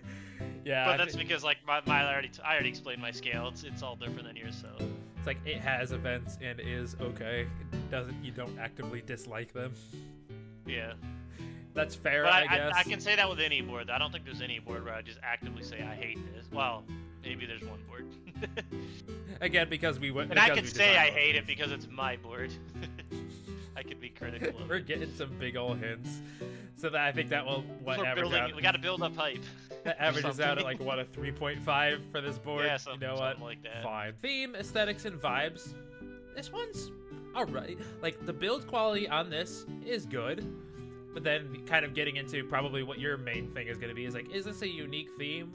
I mean, yes and no, because it's basically just like a forest, a cherry grove forest. I mean, you don't get a whole lot of like Japanese villages in Mario Party. That's true. And like the And that'll closest would tie be, into like, my Pagoda Peak. my complaints with the music at this point. So like this one, it's good. I think I gave it I gave this one a 5. It was like, it's fine. If you gave it something slightly higher, I would understand it. I mean, I gave it an 8. Really? All right. I mean, my big complaints with it is like what we have is good. I just wish there was a little bit more, because like it feels a little empty in spots. So I feel like there could have been more like larger trees maybe, or some other like style of buildings involved in here, just to add a little bit more. Other than that, because like it is a little empty. Yeah, especially in some of these spots, but it's supposed to be like a village. It's not meant to be. But like what a we do have, township. because he's actually good at building and like using those types of tools, like he's actually able to like detail the ground a little bit and all that. So it's not just like grass for the entire ground. Base layout. This one's also about as average as average can get. I gave this one a 5. It's like it is very much the circle, but then after kind of some of the enhancements that we made to it by adding some different paths to actually cut Before through the middle. paths, I would have given it like a 3, because they were very long linear paths with no junctions. Yeah, because we do have like this center spot that basically lets you gives you a decent amount of more choice.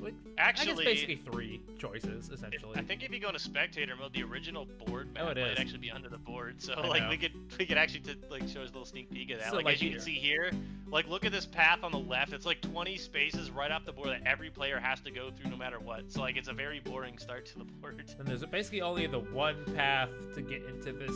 Basically, the only one path to get into the center, which we basically added this branching path coming down here. So that improved it. With those a lot. improvements, it definitely made it significantly better than it was. At the same time, it's still just kind of average, a bit boring. Yeah, I mean, so I gave it a 5. They give it like a 6.5. 6.5. Because like it's easy. Yeah, it's easy to understand. It's small. It's like nothing crazy. Kind of average. And then for music, it's probably the weakest or the second weakest song in the game, in my opinion. So I gave it a 1. Like, It's fair. it fits, and honestly, Curb said this in the video. That's probably the problem, is that it fits too well.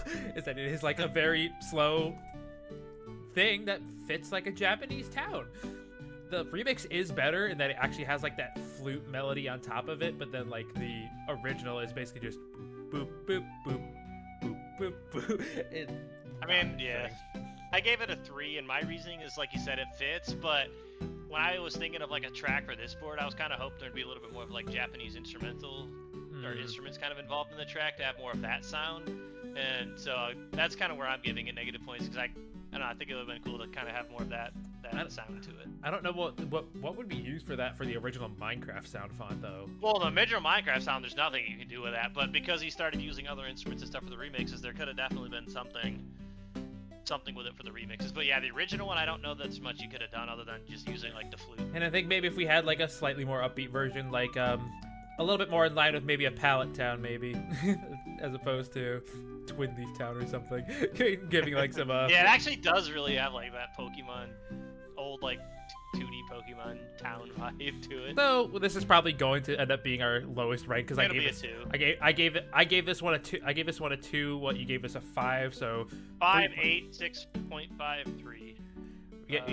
Yeah, we gave this guy a 6.5. Space layout. What'd you give for space layout again? Space layout's a 6.5. So I think that'll average us out to a 5.75 for this. 5.75. Gotta give it those half points, and our 20th points or whatever. And then music, we're ending up giving that one a 2. So this one is our lowest scoring board so far at a 17.75. Still enjoyable because it's basic Mario Party, but it's probably the weakest board. Next, we are moving now on with this board. This is actually the first board created. This is actually the first board created for Voxel 2.0, kind of. Yeah, and I'm gonna kind of skip to that, where like the layout a little bit in that is that this, and I guess this kind of ties in the mechanics too, but this board was built specifically to show off the board editor, so that's why none of the events on here are anything maybe too special. But I wanted to have like a demonstration board that people could go to be like, how do I do this in board editor? Here it is set up for the most part. There were some later additions to board editor that were added after this board was made so that they're not featured here, like the mob fight event, for example. But I used that on Manor of Madness, so you can see how it works there. So then as far as the mechanics, I'd say it's slightly better than Cherry Grove. There's definitely the slightly more interesting ones, with probably my favorite being this top one where you get to do this parkour event, which the parkour event itself is very easy, but it basically functions. Yeah, it wasn't meant to be a challenge, but it kind of functions as a Mario Party 8 lucky space in a way, because there's actual lucky spaces and items up here, and then you can get up here to get a free star from this dude. So it's definitely one of the spots that you want to target on this board. Pretty much the only other question mark space events are the ones that basically tumble you down the waterfalls with kind of middling levels of how much it affects you. This is probably the one that affects you the most, is probably this top left one, I think. Because that basically prevents you from going to the other right side of the board, is that it basically would drop you back down here. When you're lower down on the waterfall, it definitely affects you the least, and even on this far right one over here, it doesn't really affect you a whole lot because you're basically going on this same path anyway. So they're slightly more interesting, and then you have like the passable events. I'm not really going to count these TPs since this is basically just how you get around the board. The only passable event I think I can really remember is the fishing one here, which is just a random outcome. Look at a little variety. So that's why I thought it's better than Cherry Grove, but not by much. It's like I gave Cherry a 2. I gave this one a 4 out of 15. I gave this a 6 just because, like, yeah, I mean, the events are pretty basic, but at the same time, it's not meant to be crazy because it's meant to show off the board editor.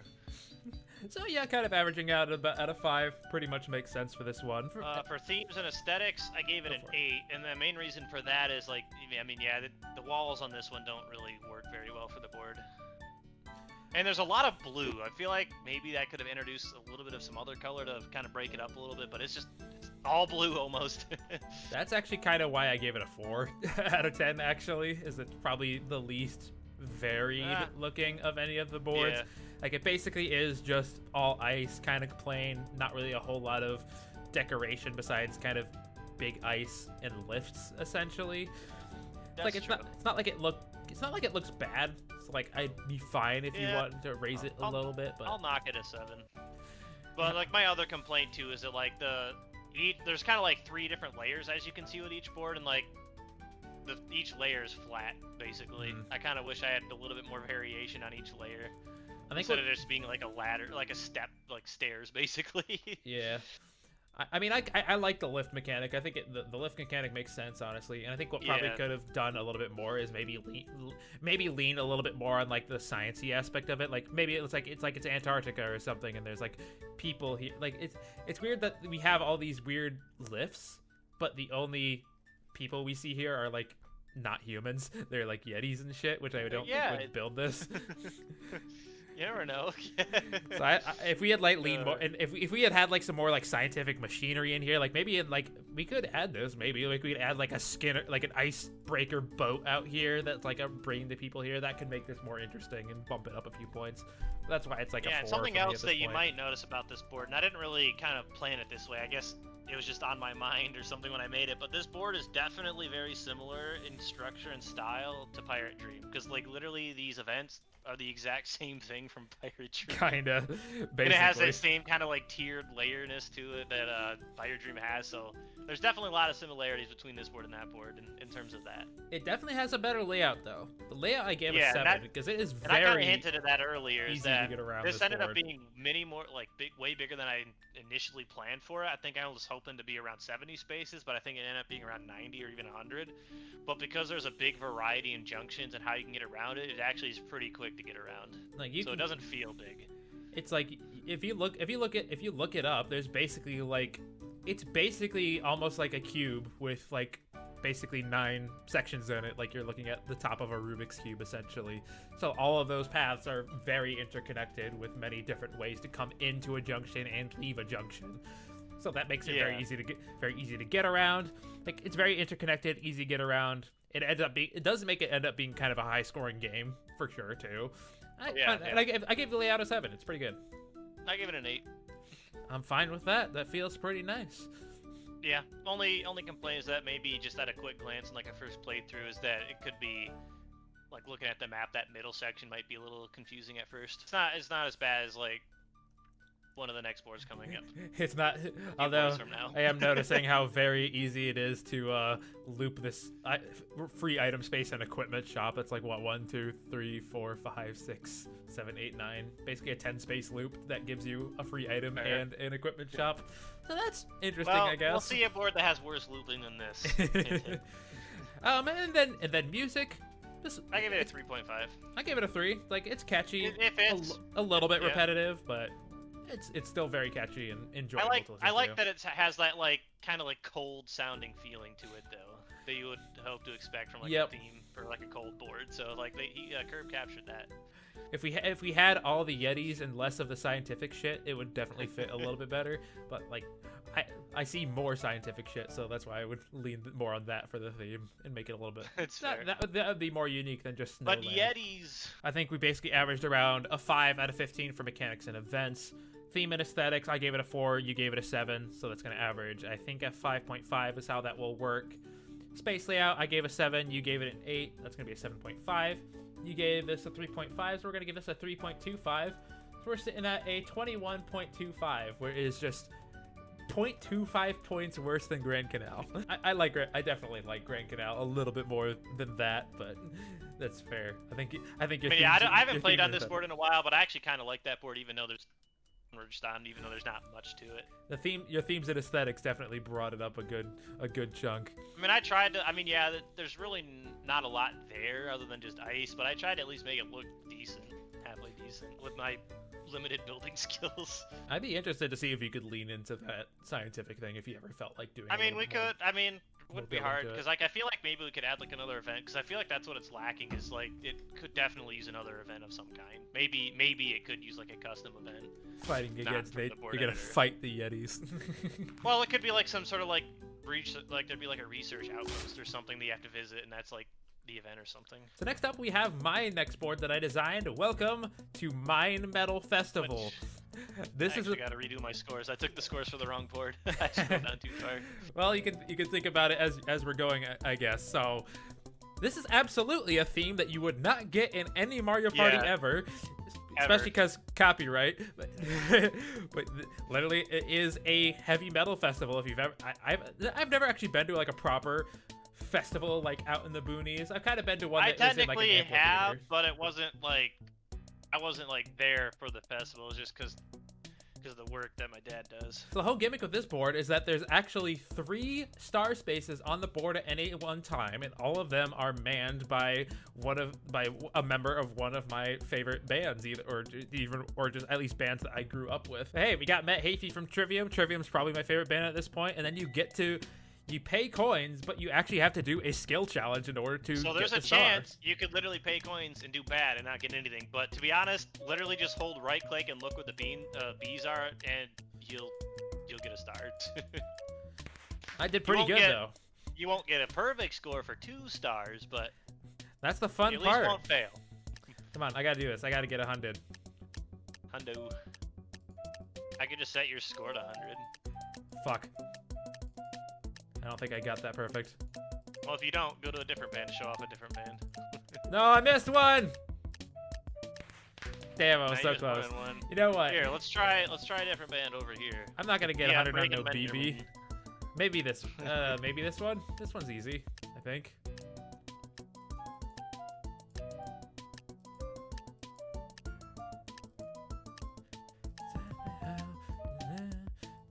No, I'm lagging. Really Let's go! Hey, look at that, you did it. I got it. Dang, you need to join me on stage sometime. Here's 2 stars.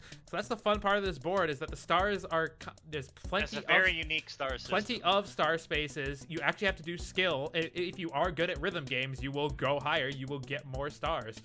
And then the interesting part is that every 3 turns, the star spaces rotate, and the actual like set of stars that you get at the beginning of every is like different for every single party. So let's each lineup, as you call it. So it's kind of like the Spectres on Manor of Madness, where the Spectres, it randomizes 4 spaces at the start of the board, and then the Spectres stay there for the entire board. Whereas this one, it randomizes 3 different lineups, and it stays as those 3 same lineups for the entire board. But the next time you play, it might be something different. So it's kind of fun. Add some variety to it. So this is another one where I'm using basically the Enderman item, so that's another unique effect on this board. So it doesn't just reshuffle the stars, it moves it to and it doesn't even randomize it either. It moves it to the next one in the sequence, so it kind of all works together with each other. And that's essentially what this help desk event does too, where you can basically choose which lineup is active, and reset the timer. Cool. As far as other events, since we're on that mechanic, we gotta talk about the one in front of the big stage. I want to talk about. You gotta let me demo it though, so you can show it. I wanted to talk about the trash can first, where you can. Oh yeah, there's that. This is kind of a random outcome event where you can eventually get what's called a VIP pass, where that way you only have to get 90% score in order to get 2 stars, which doesn't sound like much of a big deal. But I mean, you saw that I was getting 90s for most of those, so that would absolutely help me to get 2 stars. Oh yeah, and they're not even that rare either. The odds are actually pretty decent that you'll get one. The actual events are okay. This is kind of a fun. This one's cool. I like the minigame style events for sure, or micro game style events. This one you can copy a pattern for some coins. The help desk is very helpful, or like very interesting from a mechanic wise to potentially screw people over. This one's okay. It's kind of just a space boost. This guy gives you food items. Gives you two food items though. Oh yeah, 2 food items. That's right. And this one is just kind of funny. It's not really all that impactful. You lose 10 coins, and if you're on one of these 2 spaces, you get pushed towards the center. It's okay. It is and you okay. lose coins. So as far as like the overall scores for the mechanics for this one, I gave this one a 10. Like very much it's very carried by its major gimmick, and then the events themselves are decent. Not the best in the game, but pretty decent. I gave it a 12. I appreciate that, man. I appreciate the 12. Theme, aesthetics, and vibes obviously gets a lot of points for uniqueness. Where it probably loses points for me is going to be the build quality. It's flat. It's flat in the build quality. I gave it a 7, mostly for the theme. The fact that there's not a whole lot that I don't know. Maybe I could have built these tents a little bit better, but you know what bumps it up an entire point is the shitter that you can only see in spectator mode. Well, this one in particular. This is the best into the festival here. This is the best build in the map. For that, I gave it an 8. For the shitter. Hey, I made a nice little parking lot. At least this looks kind of nice outside the board. I mean, it's the same reason. It's just like the problem is due to festival settings is like they're typically in like large flat open areas because they need to set up stages and people need to set up their tents and whatnot. So it's just like there's not a lot you can really do with it. But yeah, if you tried at least, so it's a unique theme for sure. And I dig it. I dig it. I like how the stage turned out, and I like copying these I like- tutorials for the buses. Yeah, and I like some of the extra details you added in here, like all the buses for the bands, bringing in the equipment, or like the band members, or like the backstage tents for food and stuff. I think those details are pretty cool and really add to it. Thank you. It helps to sell the festival vibes to it. A better builder could have brought this up to a 9. Base layout. This one's kind of unique in that you can kind of...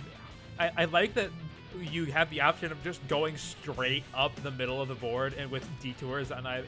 Basically detour on one of the sides. Like, I don't give a shit about all of this other crap in the middle. I'm going straight to the headliner stage. That's part of the reason why I designed it that way. It's just kind of...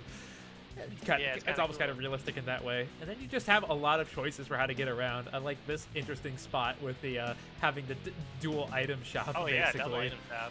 I think that's one of the few spots we've done that on a board, or it might be the only spot that utilizes something like that, which is cool. So it's like, all right, I need extra items. Like I needed more item shops on this board, and it's like, well, I can't have another. I don't really have another good spot for like as far as like actually putting it somewhere. So that's where it ended up working out. Probably the main ding I would give this is probably this loop right here. Is that it's with a movement item is fairly easy to loop the disturbed star space because these don't move. And that's actually funny because I think I mentioned that in my notes, that exact same kind of area.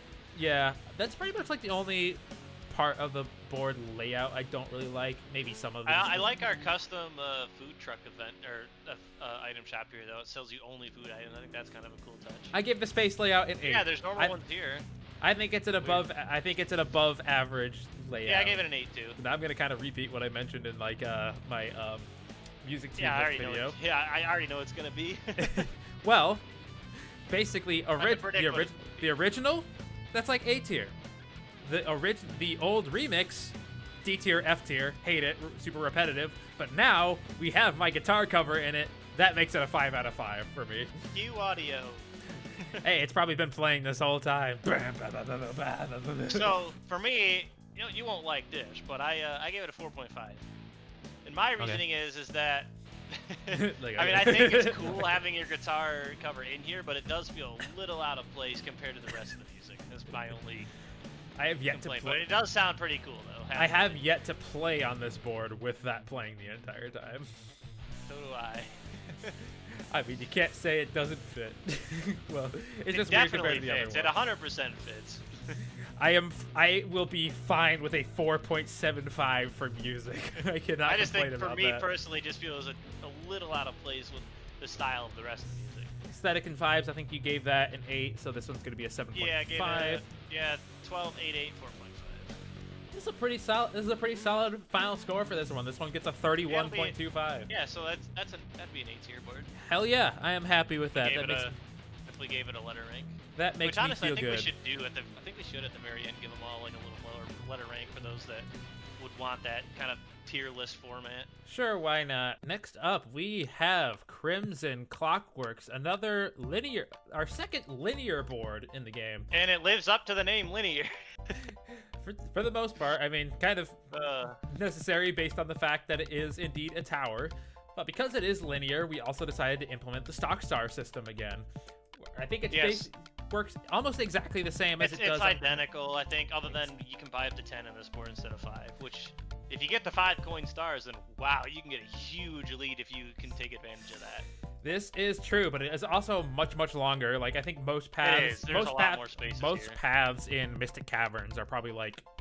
30 to 40, I think, at most. Something like that.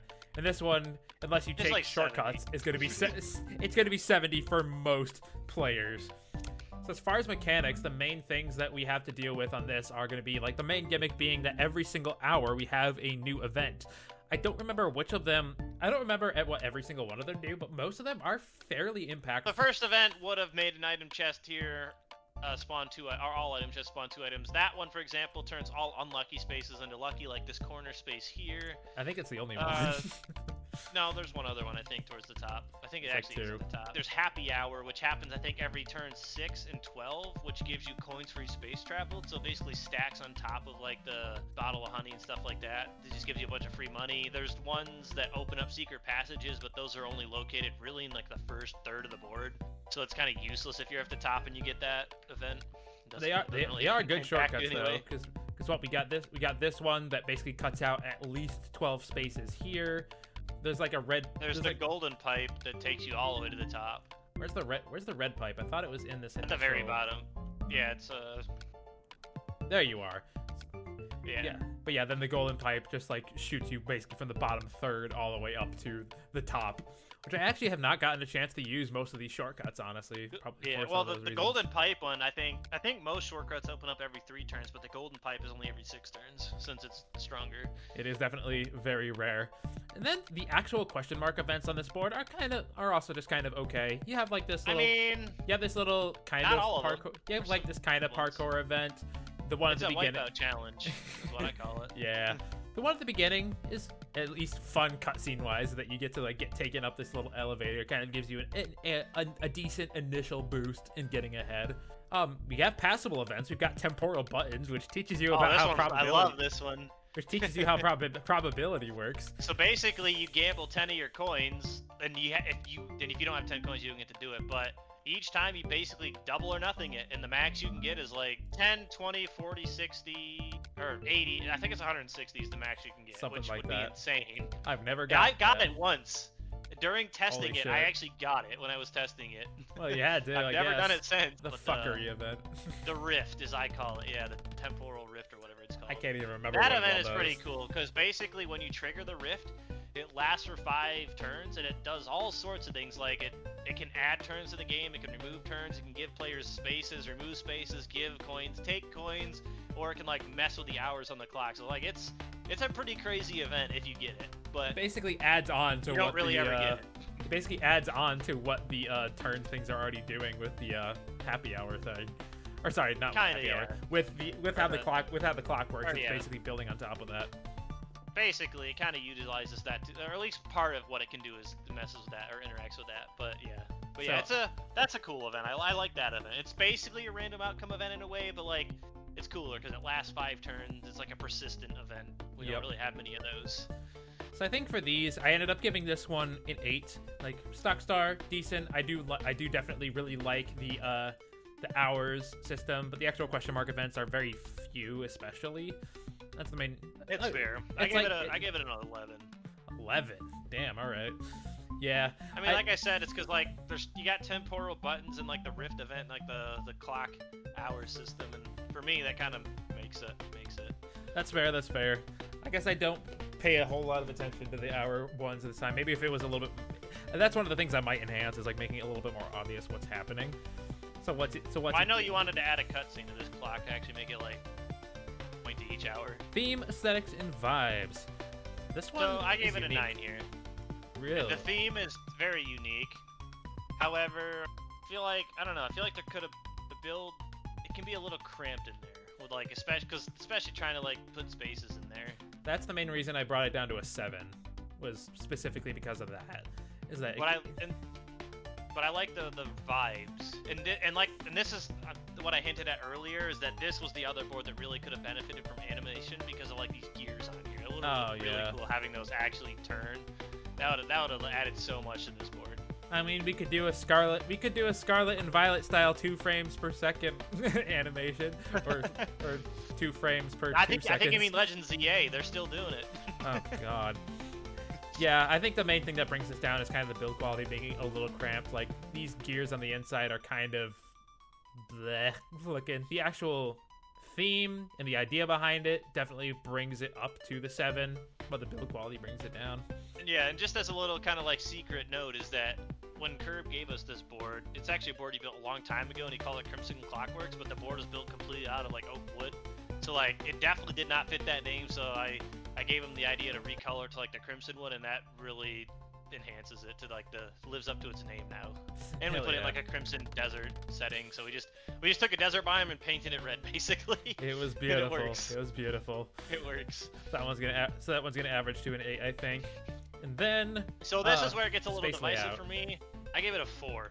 I gave it a 5. So because it's almost a like purely linear board. There's only like 3 shortcuts, but like I said, they're only really in the first third of the board, so like you can't even benefit from them in the upper halves.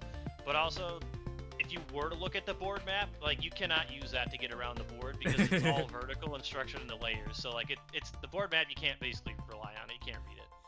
Yeah, and there's definitely spots where it just gets kind of annoying to even walk around. Yeah, like here's a ladder there. I guess this part's kind of like, what is this? There's all these like weird little switchback things where you go kind of out and then all the way back. This one, the space distribution does kind of affect it. There's a fuckload of red spaces on this board. Yeah, and that's one thing Curb said he wants to redo is he wants to like reduce that, kind of like redo the whole space distribution of this board. I don't know that it needs to change. Fair. Yeah, I can't remember how many there are, but there are a lot. It's like something like 20 or something. So I wouldn't necessarily bring it down to like the levels of other boards, which probably have like 6. But you can. It doesn't usually become an actual problem as far as like. It might even help out with the balancing a little bit.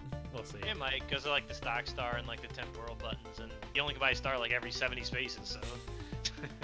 How about that music? How about that music though? This is one 5 out of 5. Probably my favorite theme in the game. Damn. All right. The nice. original. I really like the original, like the ticking, the kind of like sounds like the clock, I guess. I give it a 4. Like I like it. It's A tier for me. The original is just a little bit repetitive. The Mute remix gets a little bit more interesting, but about the same tier for me. I mean, I'm kind of opposite. I actually kind of prefer the original over the remix slightly. I just kind of like the more melodic parts that the remix gets into. Like it definitely gets off of the TikTok-y theme a little bit. So yeah, it does, and I think that's why I like it less, because I like that kind of like TikTok background that the Curb included in the original. That's fair. That's fair. So for mechanics, I think we're giving that one a 9.5 at the end. You gave this one a 9 for aesthetics. I'm gonna give it 8.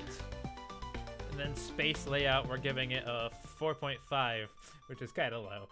That brings us to a score of 26.5, which is also kind of another middle of the road-ish kind of board so far, which feels about right for it. I like the board. I don't love it entirely, but I'm glad it's here. All right, welcome to our second Magic board, but that actually includes Magic, unlike Old Complex, even though it's hinted at in Old Complex.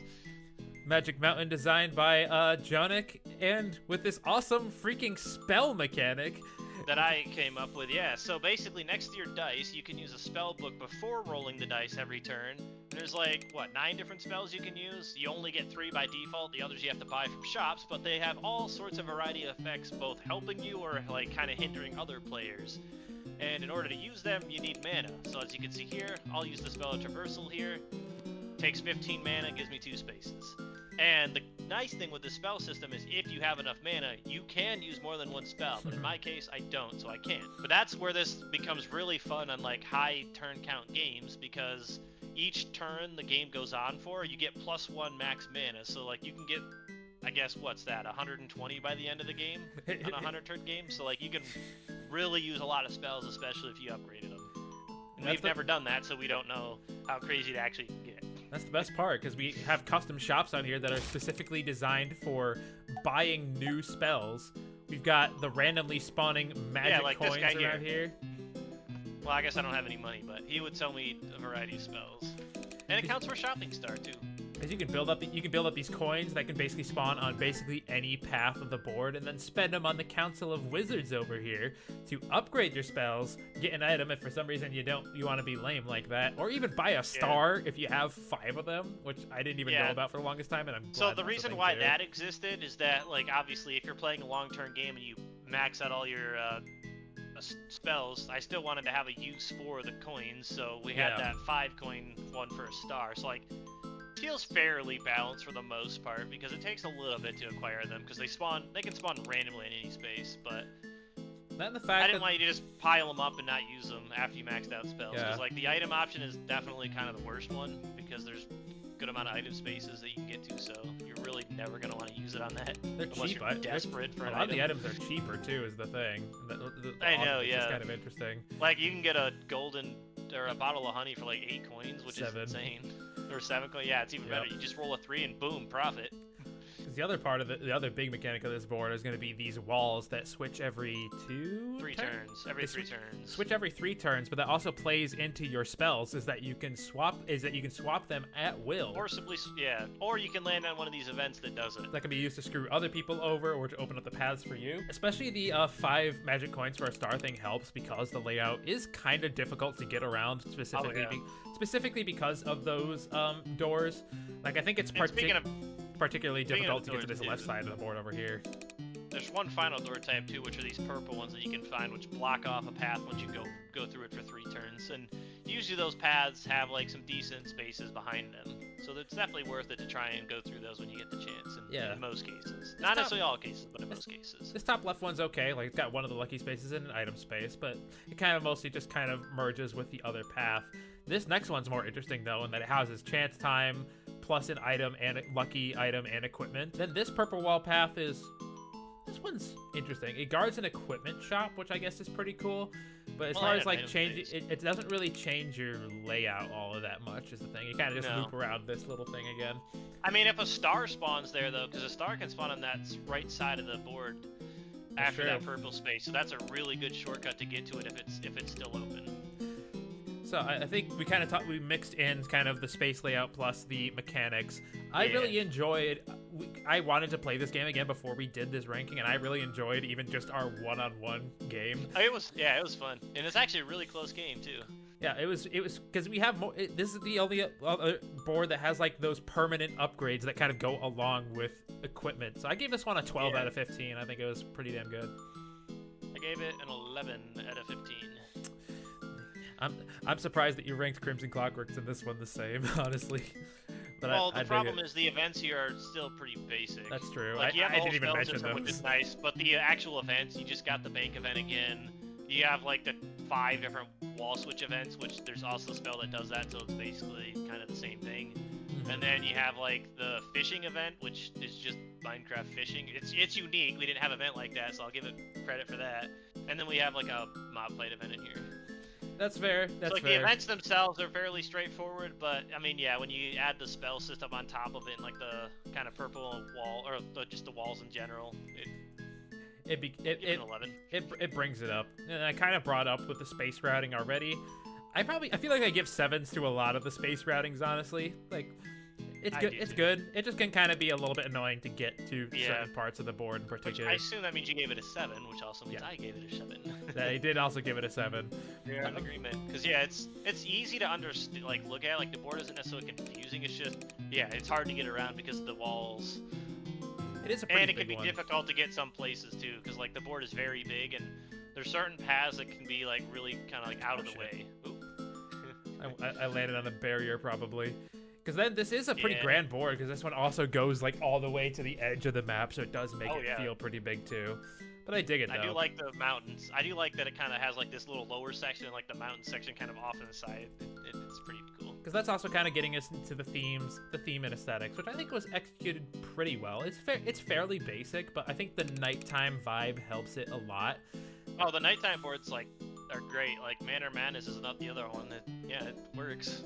It helps to hide the plain walls. I love having all this flowing glowing candles and stuff around. Oh it brings it up. It adds to the vibes for sure. But then the actual build quality is not that it's bad. It's just very basic. So I gave the themes and aesthetics a 7. Yeah, I did too. It's because the mountain here is just it took a page out of Pirate Dreams detailing. It's just literally the same block. I mean, especially because it's not very mountainous, it almost looks like a Pokemon game mountain. In a way. Or like a 2D Zelda mountain. Pretty much. So it was executed well, but fairly basic. So 7 feels pretty good for it. Then for music, we basically said B tier for basic. in the it's good. It's stripped back. It's whistleable, and I enjoy it. The remix is absolute trash, but I've decided to rank it based off of the original, which I gave a 3 out of 5. I gave this a total of a 4 out of 5. Feels good. What do you rank the remix? I actually kind of liked it more when I made my ranking. I hate you. I hate that song so much, dude. Fuck. You need to watch my tier. You need to watch the music tier list video and just see That's me why rant. I told you I would be a bad person to like go through that tier list with you, because like I'm not a musically gifted person, so I don't know how to rank music good. You should watch it though. Also, this is the first time I realized this is the first time I realized this tree was floating with a spell. I've never noticed this before. Yeah, there's a lot of those around. I hope I never noticed this. Jonic had John add these. Coming back into the spreadsheet, we were all pretty damn close. Looks like we're gonna give this an 11.5 for mechanics and events. The theme, I think we both said a 7, right? And then same for space layout. I think we both did 7. I put mine in chat, but yeah. And I think we're going 3.5 for the music for a score of 29. That's slightly lower than I thought it would. Maybe slightly lower than I thought it would. It's pretty good. I mean, it's just above Manor, below KTT, below Mind Metal. That feels pretty good. I would like to play this one more for sure. Now like 30 to turns. the most divisive. Well, I guess not even divisive. Just It might be. the most universally hated board. It's got issues. It's got good things, and but it's good got things. bad things. I think the bad things outweigh the good things, though, because we'll start off with it right away. The theme, 10 out of 10. Like, it's the same as Hyrule. It's just upgraded to look like the Tears of the Kingdom instead. So for me, it's still the build's 10 out of 10, and theme's 10 out of 10. I gave it a 6. Mostly just because it looks a little bit messy, and I know why it is, specifically because of like the upheaval. So you basically got like all the stuff that's on the ground, especially that kind of just basically the crumbled pieces of the land. It just makes it look a little bit more messy and less clean than the original board, and that's why I brought it down. So I mean, that's still going to average to an 8 at the end of the day, but that's kind of where I was at with the theming. So now, I guess, let's just skip ahead to the space layout here, because that's the thing I wanted to talk about the most with this board. Go ahead and talk about it. I'll just start out with my ranking right away. I gave it like a 2. It's bad, because these sky islands, like when you're looking at the map, it is not easy to understand where they go at all. So it's just very confusing to get around. And like when you're trying to plan out where you want to go, like you have maybe 6 spaces left, you want to see where you go, it takes forever to like go into flying mode and like fly to the islands and figure out, okay, where are these spaces? Oh, I gotta fly to another island. Okay, this is where I'm actually gonna land. So like it's just kind of a mess in that part. But also the real issue is that there's so many spots where you can loop equipment or other things that just it kind of really like breaks the board because of that. It's very easy like to get especially like this items, upper sure. right corner, you can loop this equipment, Lucky and the volcano fight. It's like 5 spaces loop or something like that. Yeah. Maybe a little bit more than that, but there's other areas where that is an issue too, and like that really is not good. This is the only board. It's the only board I could have possibly given a 1 on basically anything to. So that is what I did give. And then the other issue is layout. Yeah, and then the other issue is when you're trying to fly between the ground and the sky island. Well, it takes forever in spectator mode. Yeah. Like if you want to see what the spaces are above you in spectator mode instead of the map, you gotta fly up or down. It's very annoying. I'll open up the map really quick, and you technically could follow it. It's like the black lines that connect it. Yeah. And that's also probably where the messiness of the actual build does hurt it a little bit too. This is probably the one map where you might actually want to like turn on like use the simple simplified board map. I think I created it for this map specifically. To be honest, I won't lie to you. Yeah. It's like we have like these to implement it for all boards just because it might be a nice thing that people might want. I don't know anybody that used it, but yeah, it is a nice accessibility feature.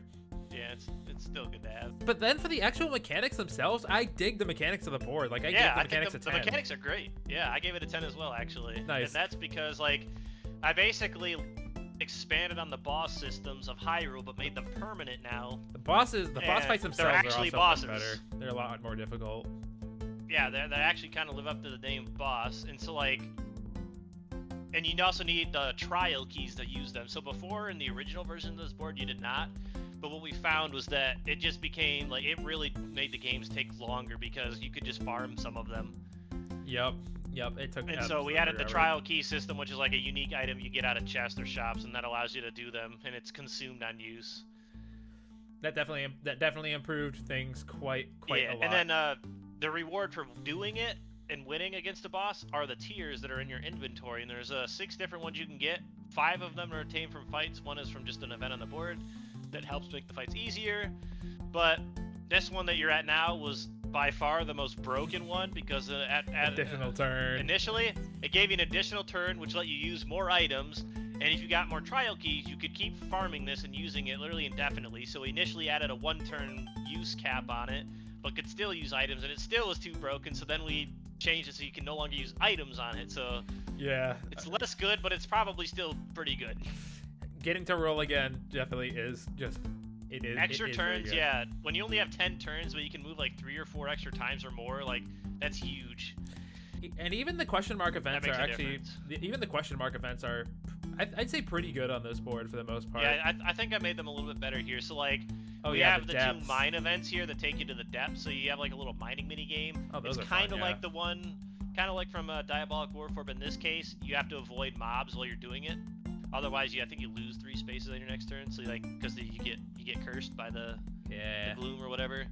And then one of my favorites that's also like really hard is the minecart event in the Goron area. So you have a chance to win stars from that event, but it's super hard. I can't believe you can get 2 stars from that one, but it's but I think ridiculous. you gotta get like a near perfect score, which is really hard to do. But yeah, so the actual mechanics are very good, and like the more you at least get used to the layout, or if you stop trying to count everything, the more you can. Which is what I do. I don't even bother figuring out where I'm gonna land. I just go. But it definitely has some very real problems. So that's why I would call it a divisive board, because it has some really cool. The mechanics on it are great. I love the mechanics of it, and then just the layout and actively making it confusing to get around drags it down quite a lot. Yeah, the problem is I wanted to like really represent all the areas of the game, but yeah, it's just the Sky Islands I don't think really work very well in this kind of like setting. It would have been better to focus on just basically the depths and the surface instead of the Sky Islands and the surface. Yep. Maybe in a real Mario Party where we had more control over mechanics and viewpoints, maybe it'd be a little bit easier. That's also true, yeah. Probably, yeah, I mean, that you can make it work probably pretty well. Because you can swap between layers instantaneously, or like, How's about the music, though? You can't do that here. I gave it, same as Hyrule, I gave it a 4. I gave it a 2. I think it's significantly worse than the Hyrule theme. Like, I don't dislike it, but it's just a little bit more boring. Like, it fits. It definitely fits the board. It does have the less happy-go-lucky adventure vibes and a little bit more depressing and serious, but that also is a little bit less enjoyable to listen to for me. For me, it just sounds pretty similar to the Hyrule one, so I just gave it the same score. I don't dislike it, but fair enough. It's fine. Fair enough. So we gave it a 10 for mechanics, an 8 for the aesthetics and vibes. Space layout is going to be a 1.5. Yeah, it's and then a 3. Good. And to be fight, and like this board was one of the ones I procrastinated on this a lot, trying to figure out how the spaces. And like this is what I came up with, and like it's still bad. So it lands at a 22.5, which does put it above Frostbite, Cherry Grove, Grand Canal, and Pirate Dream. It's because it's carried by the aesthetics and the mechanics. Whereas those boards don't have those, but those ones are carried by the space layout. If you had to give me a choice between Skyrim and Grand Canal, I might still pick Grand Canal more often. More often, I would, yes. But now we're gonna go from a low to a big high. And now we're at Dry Dry Desert. I'm gonna start with the music right away because it's the top. It's the absolute peak. Yeah, it's 5 out of 5. Desert themes always go hard. I don't know why, but they do. And yeah, it's 5 out of 5 for me as well. Both themes, both the original and remix. I like the remix a little bit more for the electric guitar. The original is a little bit longer, which is nice, but they both match the vibe extremely well and are amazing. Oh, 100%, yeah. Well, I will say one thing: the Alien version is probably much lower. Like that's probably like D or C tier for me. So like. Surprised because I'm pretty sure it's just basically just a slowed down version of the original thing. It makes a difference though. So actually, I will say, I will give the overall music rating, because I do have to take both into account, a 4 out of 5 for that reason specifically. Fair. I mean, I'm still staying with 5 out of 5. Fair enough, man. I can't live your truth, man. If it's the top of S tier, you can increase that ranking a little bit. I mean, I don't mind the Alien theme either, though. So. Again, I don't really dislike any songs in this game besides the probably Cherry Grove and the Magic Mountain remix are the only ones I dislike. Talk about mechanics. Which there's a lot to talk about there.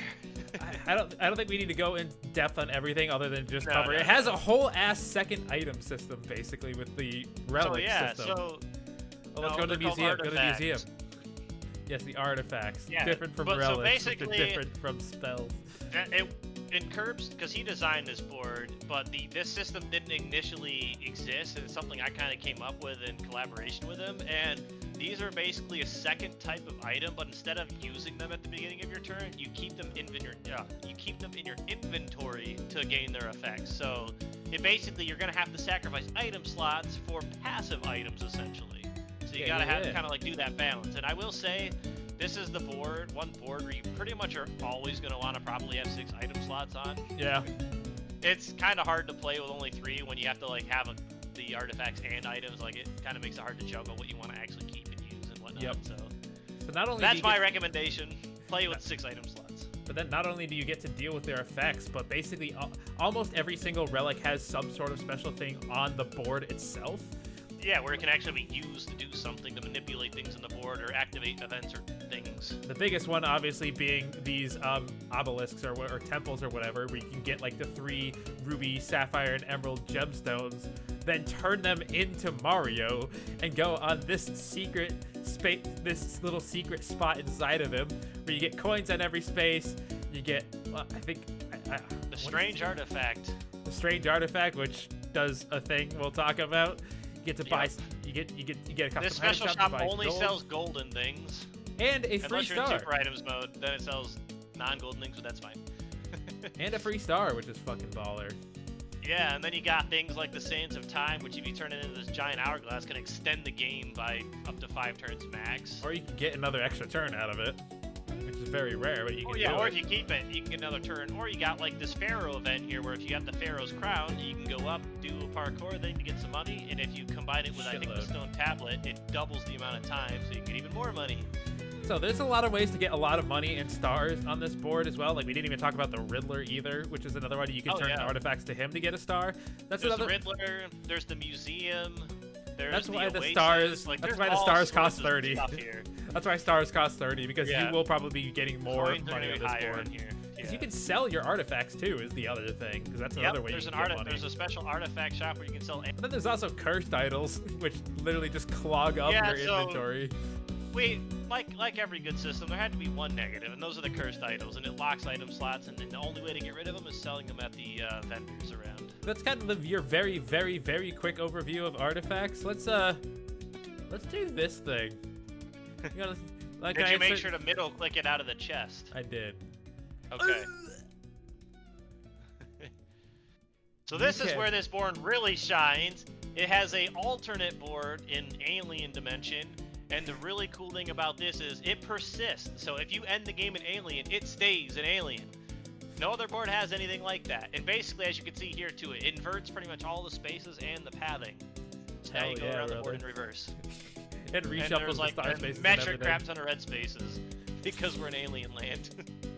It's freaking sweet. No other board does something like that. And I think we're finally going to give this a ranking for mechanics. I gave this a 14 out of 15.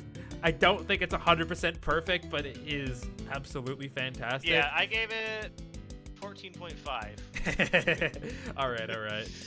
It's like, but to make your math easier, I could just go down to a 14. So yeah, we can give it. You can do it. It's fine. I know how to divide things in half. I am smart. I has brain. I think.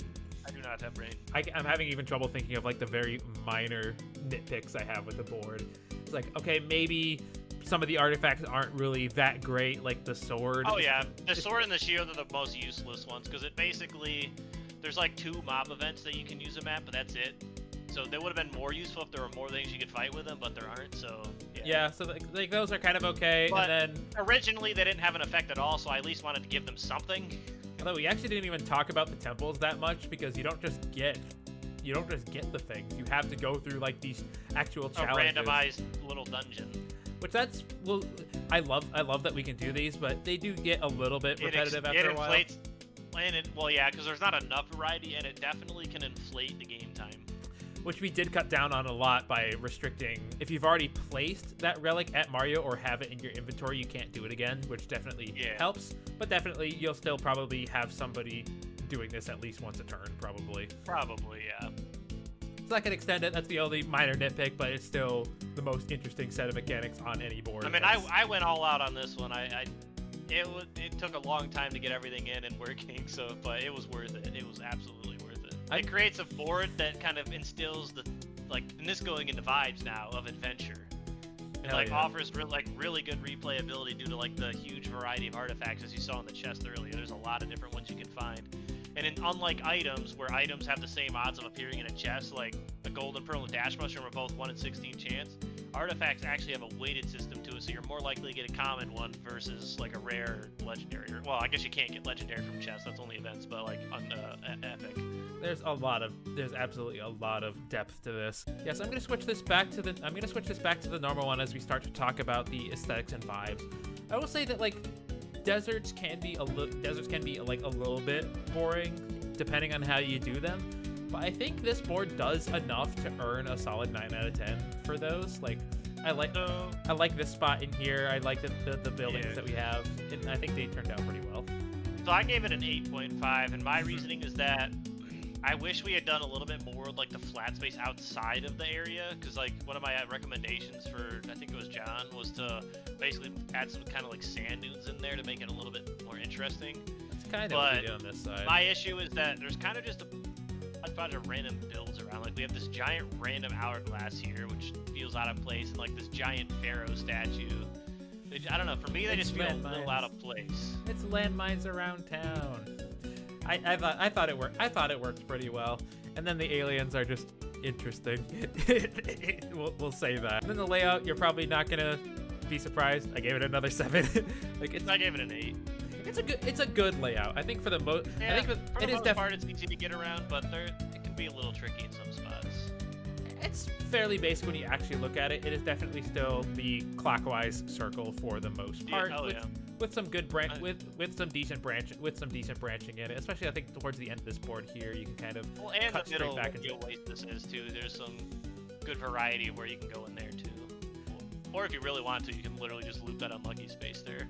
So it's a good layout, and it's not too hard to follow. Maybe some of these parts on the left can be a little bit confusing, not immediately obvious which ways you're supposed to go, but turned out pretty well. I guess the alien one is definitely even more interesting in that fact, especially because it's all red spaces, which is pretty interesting almost, from a space layout perspective. Yeah, and it even converts the pharaoh to an alien, which I think is kind of funny.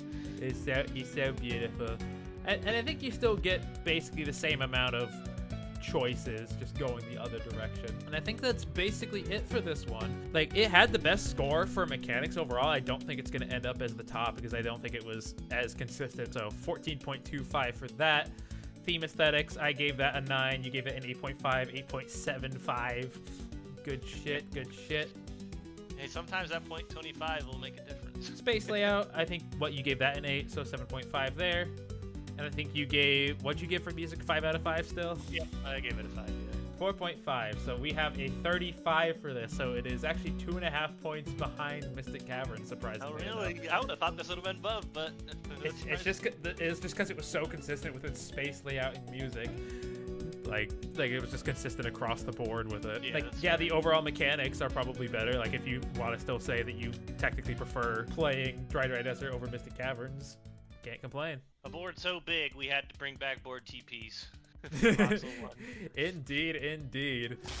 Welcome to Corrupted Void. It is literally the final level board. Because a board so big, it doesn't even have a map. It's literally a big old question mark. We love it. But we get to see bits and pieces of every single board, and the build quality is pretty damn good. So I think I'll go straight. And honestly, there's some cool like hidden things too. Like, if you look at the Grand Canal one, we're bringing back our cheap friend that Don built a very long time ago for like a dropper minigame that never was made. So it's kind of funny that he like repurposed it and put it there.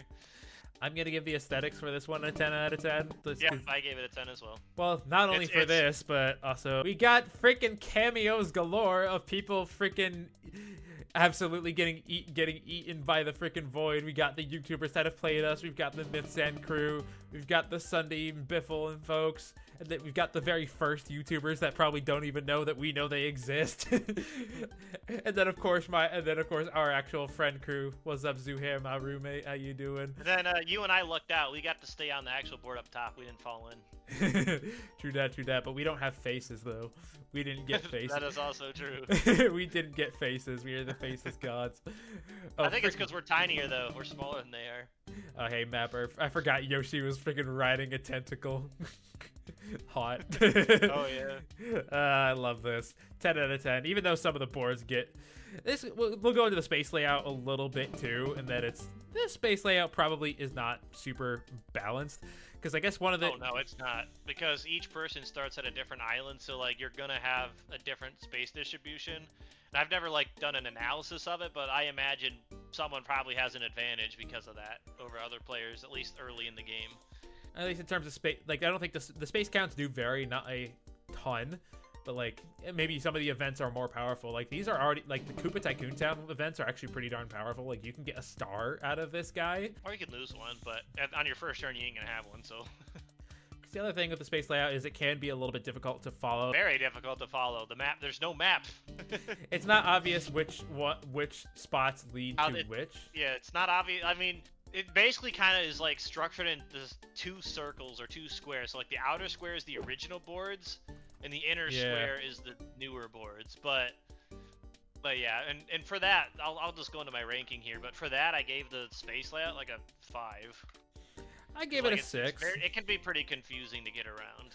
It's pretty confusing to get around because, like, I mean, at least when you know, for the outside of boards, I think they're quite literally straightforward. Like, if I go from the yellow, you're gonna go from Koopa, and then you're gonna keep going on the outside to like the Mystic Caverns, and then if you're gonna go on this red path, you're gonna go straight from Grand Canal to Manor of Madness. But then, in order to get to I still don't really remember what the system is for what decides where you go where. So for this one, you go Cherry Grove, Treasure Desert, and Mine Metal. It feels kind of random which way you go. Honestly, it does make it a little bit confusing. I think if you go to Cherry Grove, do you immediately go to like Frostbite Falls afterward or something? And this is also where the space layout gets a little bit less interesting, is on the middle, because there's a lot fewer events. The newer boards kind of got a little bit shafted in terms of having cool looking islands. Oh yeah, they got relegated. The Mine Metal one turned out kind of cool. I like the multi-island aspect for it and the giant bass guitar. Frostbite Falls especially got shafted. There's 3 spaces on it. But yeah, that one I gave a 6. And I try not to pay too much attention to counting out my spaces in this board. I kind of just try to go wherever I feel like. Yeah, I don't even bother to count on mine because, like, for one, there's no board map, so you basically have to do it all in spectator mode, and it can take a few minutes to do that, depending on like the islands or where you're at. Talk about the overall mechanics again, because we have Stock Star again. A unique version of it though. Because what happens here is this Stock Star, as far as I remember, it always stays in 3 stocks. So if you only buy 1, it'll still recharge back to 3. Nope. That one we changed. That we changed because I thought it was a bug initially. I guess that's how it used to work, but then I guess we changed it. So I bought 1, so that will still be 2. Because the reason we changed it is because the whole thing with this board is literally you have an actual boss to fight. You literally have to beat down the warden's the void's health by buying stars, and if you don't, you get to play a custom minigame at the end where everybody can lose. And literally your entire party gets thrown out. And the other unique thing about this void is, as long as he has health left, every 5 turns, he'll turn a minigame into a corrupted minigame, where essentially, if you don't win, so only one winner, unless you tie, you lose coins instead of winning coins. Yup. Or just nothing happening. So the thing is that it's been really hard to balance this thing. It's like I want people to win like the vast majority of the time, but for the most part, every game I've played, we've defeated the void like less than halfway through the game. By a landslide. So like it kind of defeats the whole purpose of it almost, because it's just too easy. So we haven't balanced. So the recent balance changes is we upped the star price from 20 to 25 coins, and we also upped the void health, which I think was initially like the void health would be like 3/5 of the turn count. Now it's equal to the turn count, and then it does reduce based off of like how many players there are. So this would be if we were playing with all 4, we would have 100 health. We get 50 because there's only 2 of us. So I think that we'll still probably get defeated most of the time, but it should feel a little bit more tension nowadays. Hopefully so, yeah. It also screams at you every turn too. He says something random in chat to kind of just mess with you. So I don't really want to go over every single event. The events themselves are decent. I mean, we can just go over the unique ones. So like we got the cannonball in the Pirate Dream area. That's a pretty cool one. You have to dodge cannonballs for money. Each time you get hit, you lose coins. And then we have the the corrupted divine beast, where you have to dodge like falling meteors, and like the longer you survive, the more rewards you get. This is definitely the most difficult one. Oh yeah, that took a long time to program too. But like the other events, they're kind of just rehashes of existing events on other boards, or just like basic. Like the tentacle here in the old complex section, the upper one will just crush you, and I think you just lose coins. Whereas the bottom one just teleports you further along this specific island. So pretty straightforward. You get to do Mine Metal again though. Yeah, I was gonna for say, money or this like time. at Island here, you actually get to play a Mind Metal song and it randomizes any of them. So That's you for get 10 to random 20 ones. coins, and then you have the absolutely buffed cannon event, Oh yeah, though, the cannon is yeah, that's a fun one. where instead of 9 sections, you get to blow up an 4 entire sections. quarter of the board. And the crazy thing is, originally that was gonna be like a section per island, but it's like literally there's almost never gonna be 2 people on the same island on this board because of how big it is. So we made it better by doing corners and quadrants. All of that being said, there's some really cool parts of this board and some really kind of meh okay parts of this board. This landed at about an 8 out of 15 for me. I was gonna say I gave it a 9. That seems fine. That seems fine for me. Like, yeah, like I've seen this board get a little bit boring after a little while, especially because you're not really counting out your spaces. So it feels a little bit less strategic than some of the other boards, unfortunately. Yeah, it feels like And like I said, I mean, this isn't necessarily. I guess it can be considered mechanics a little bit, but more space lad is that it is a little unbalanced towards some players depending on where you start versus others. And how about music? I'll let you talk about music first. I give it a 3. 3. For me personally, this is a boss board, and so I feel like the music should kind of be fitting of a boss. And for me, the music just doesn't sound like if I'm playing Hollow Knight Silksong and that theme is playing under a boss, I don't know if I would consider it like a good boss theme. That's the thing, is I feel like it's more fitting for the overall level. Like, I don't think we're in a boss fight the entire time. Although I will say the original theme, I can see that. Like, that one feels more like the lead up, and I said this in the tier list video as well. The remix is actually a lot more intense, and that feels more like a boss fight than the original does. But I think it fits very well, and I gave it a 4. That's why I gave it a 3. Like, it's not bad and it still fits, but for me, I would have wanted something more of like a boss battle style theme, like a lot more like what you'd expect, I guess, from like a boss fight and whatever. Well, maybe you should make a custom theme specifically for the Corrupted Void minigame that nobody plays. Maybe that's a lot of effort for a song that will never be heard. Because otherwise, I would highly disagree and think that it's better that it fits as the level as opposed to just the boss itself. Like, a super intense, dragged out, hour-plus long boss battle theme seems a little bit weird to me. But hey, that's just me. That's our different opinions, and that's why we're both here. That's why opinions are great. So I think we don't have to agree. I think that means we're giving it an 8.5 for mechanics, 10 out of 10 for the aesthetics. I think we gave it a 5.5 on average for our space layout, and a 3.5 for the music, for a 27.5. Now I'll actually sort the. Let's try sorting these by score. Actually, let's play around with these. No, you can't do it yet. You forgot. We have to rank all the template boards too. What? 0, all the non-existent 0, 0, 0 is not bored. So let's see. Let's do this by category. So our absolute best mechanic wise, we're talking Dry Desert and Mystic Caverns, and then Cherry Grove and Frostbite Falls kind of at the bottom. For our best aesthetics, Mystic Caverns, Hyrule, and Corrupted Void have by far the best aesthetics, with some solid runner-ups throughout, with Pirate Dream being at the bottom. That feels right to me. Space layout is kind of hard to rank, like as far as like 10 out of 10. But like, yeah, Skyroll was by far the worst. Mystic Caverns had the most interesting layout by far. It's interesting because like I don't ever feel like super strongly about most of them. Some of it, definitely most of them average about that. And then for music, Mystic Caverns was very consistent. Mind Metal Crimson. I'm surprised. Yeah, Dry Desert. I mean these are all 4.5, so they're all the same. So it doesn't matter too much. Music is good. So then overall, top board is Mystic Caverns and Dry Desert and Hyrule. I guess we'll basically call those kind of our S tier boards. We'll call these Mind Metal, KTT, Magic Mountain. These are looking like our A tiers. Manor Madness, Corrupted, Crimson, maybe Warfort. These would be like our B tier, probably like C tiers for Old Complex, Skyroll, Grand Canal, and Frostbite, and then looks like D tier for Pirate Dream and Cherry Grove. You know what? I'll even write them down. S. I don't even know if I give Hyrule an S, but it's close. A. I mean, that's what I said. For me, it's like it's a very high A, close S, I would say. What the fuck? Column 1. It's autocorrecting to column 1. Stop it.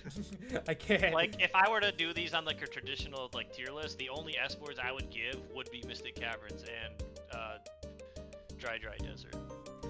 So I guess here's kind of our tier list, which feels pretty good for the most part. And again, I enjoy playing on every single one of these boards because it's Mario Party. It's what it is. I mean, the one exception is the only board is for me. We already talked about is Skyru. Like I don't like it's still fun to play on, but it's definitely on like the bottom of my list. Like I'd probably still play Frostbite or Cherry Grove over that board. Well, damn. Anyway, thank you guys so much for joining me for probably the longest edited video I will probably ever create. Thank you for joining us for this.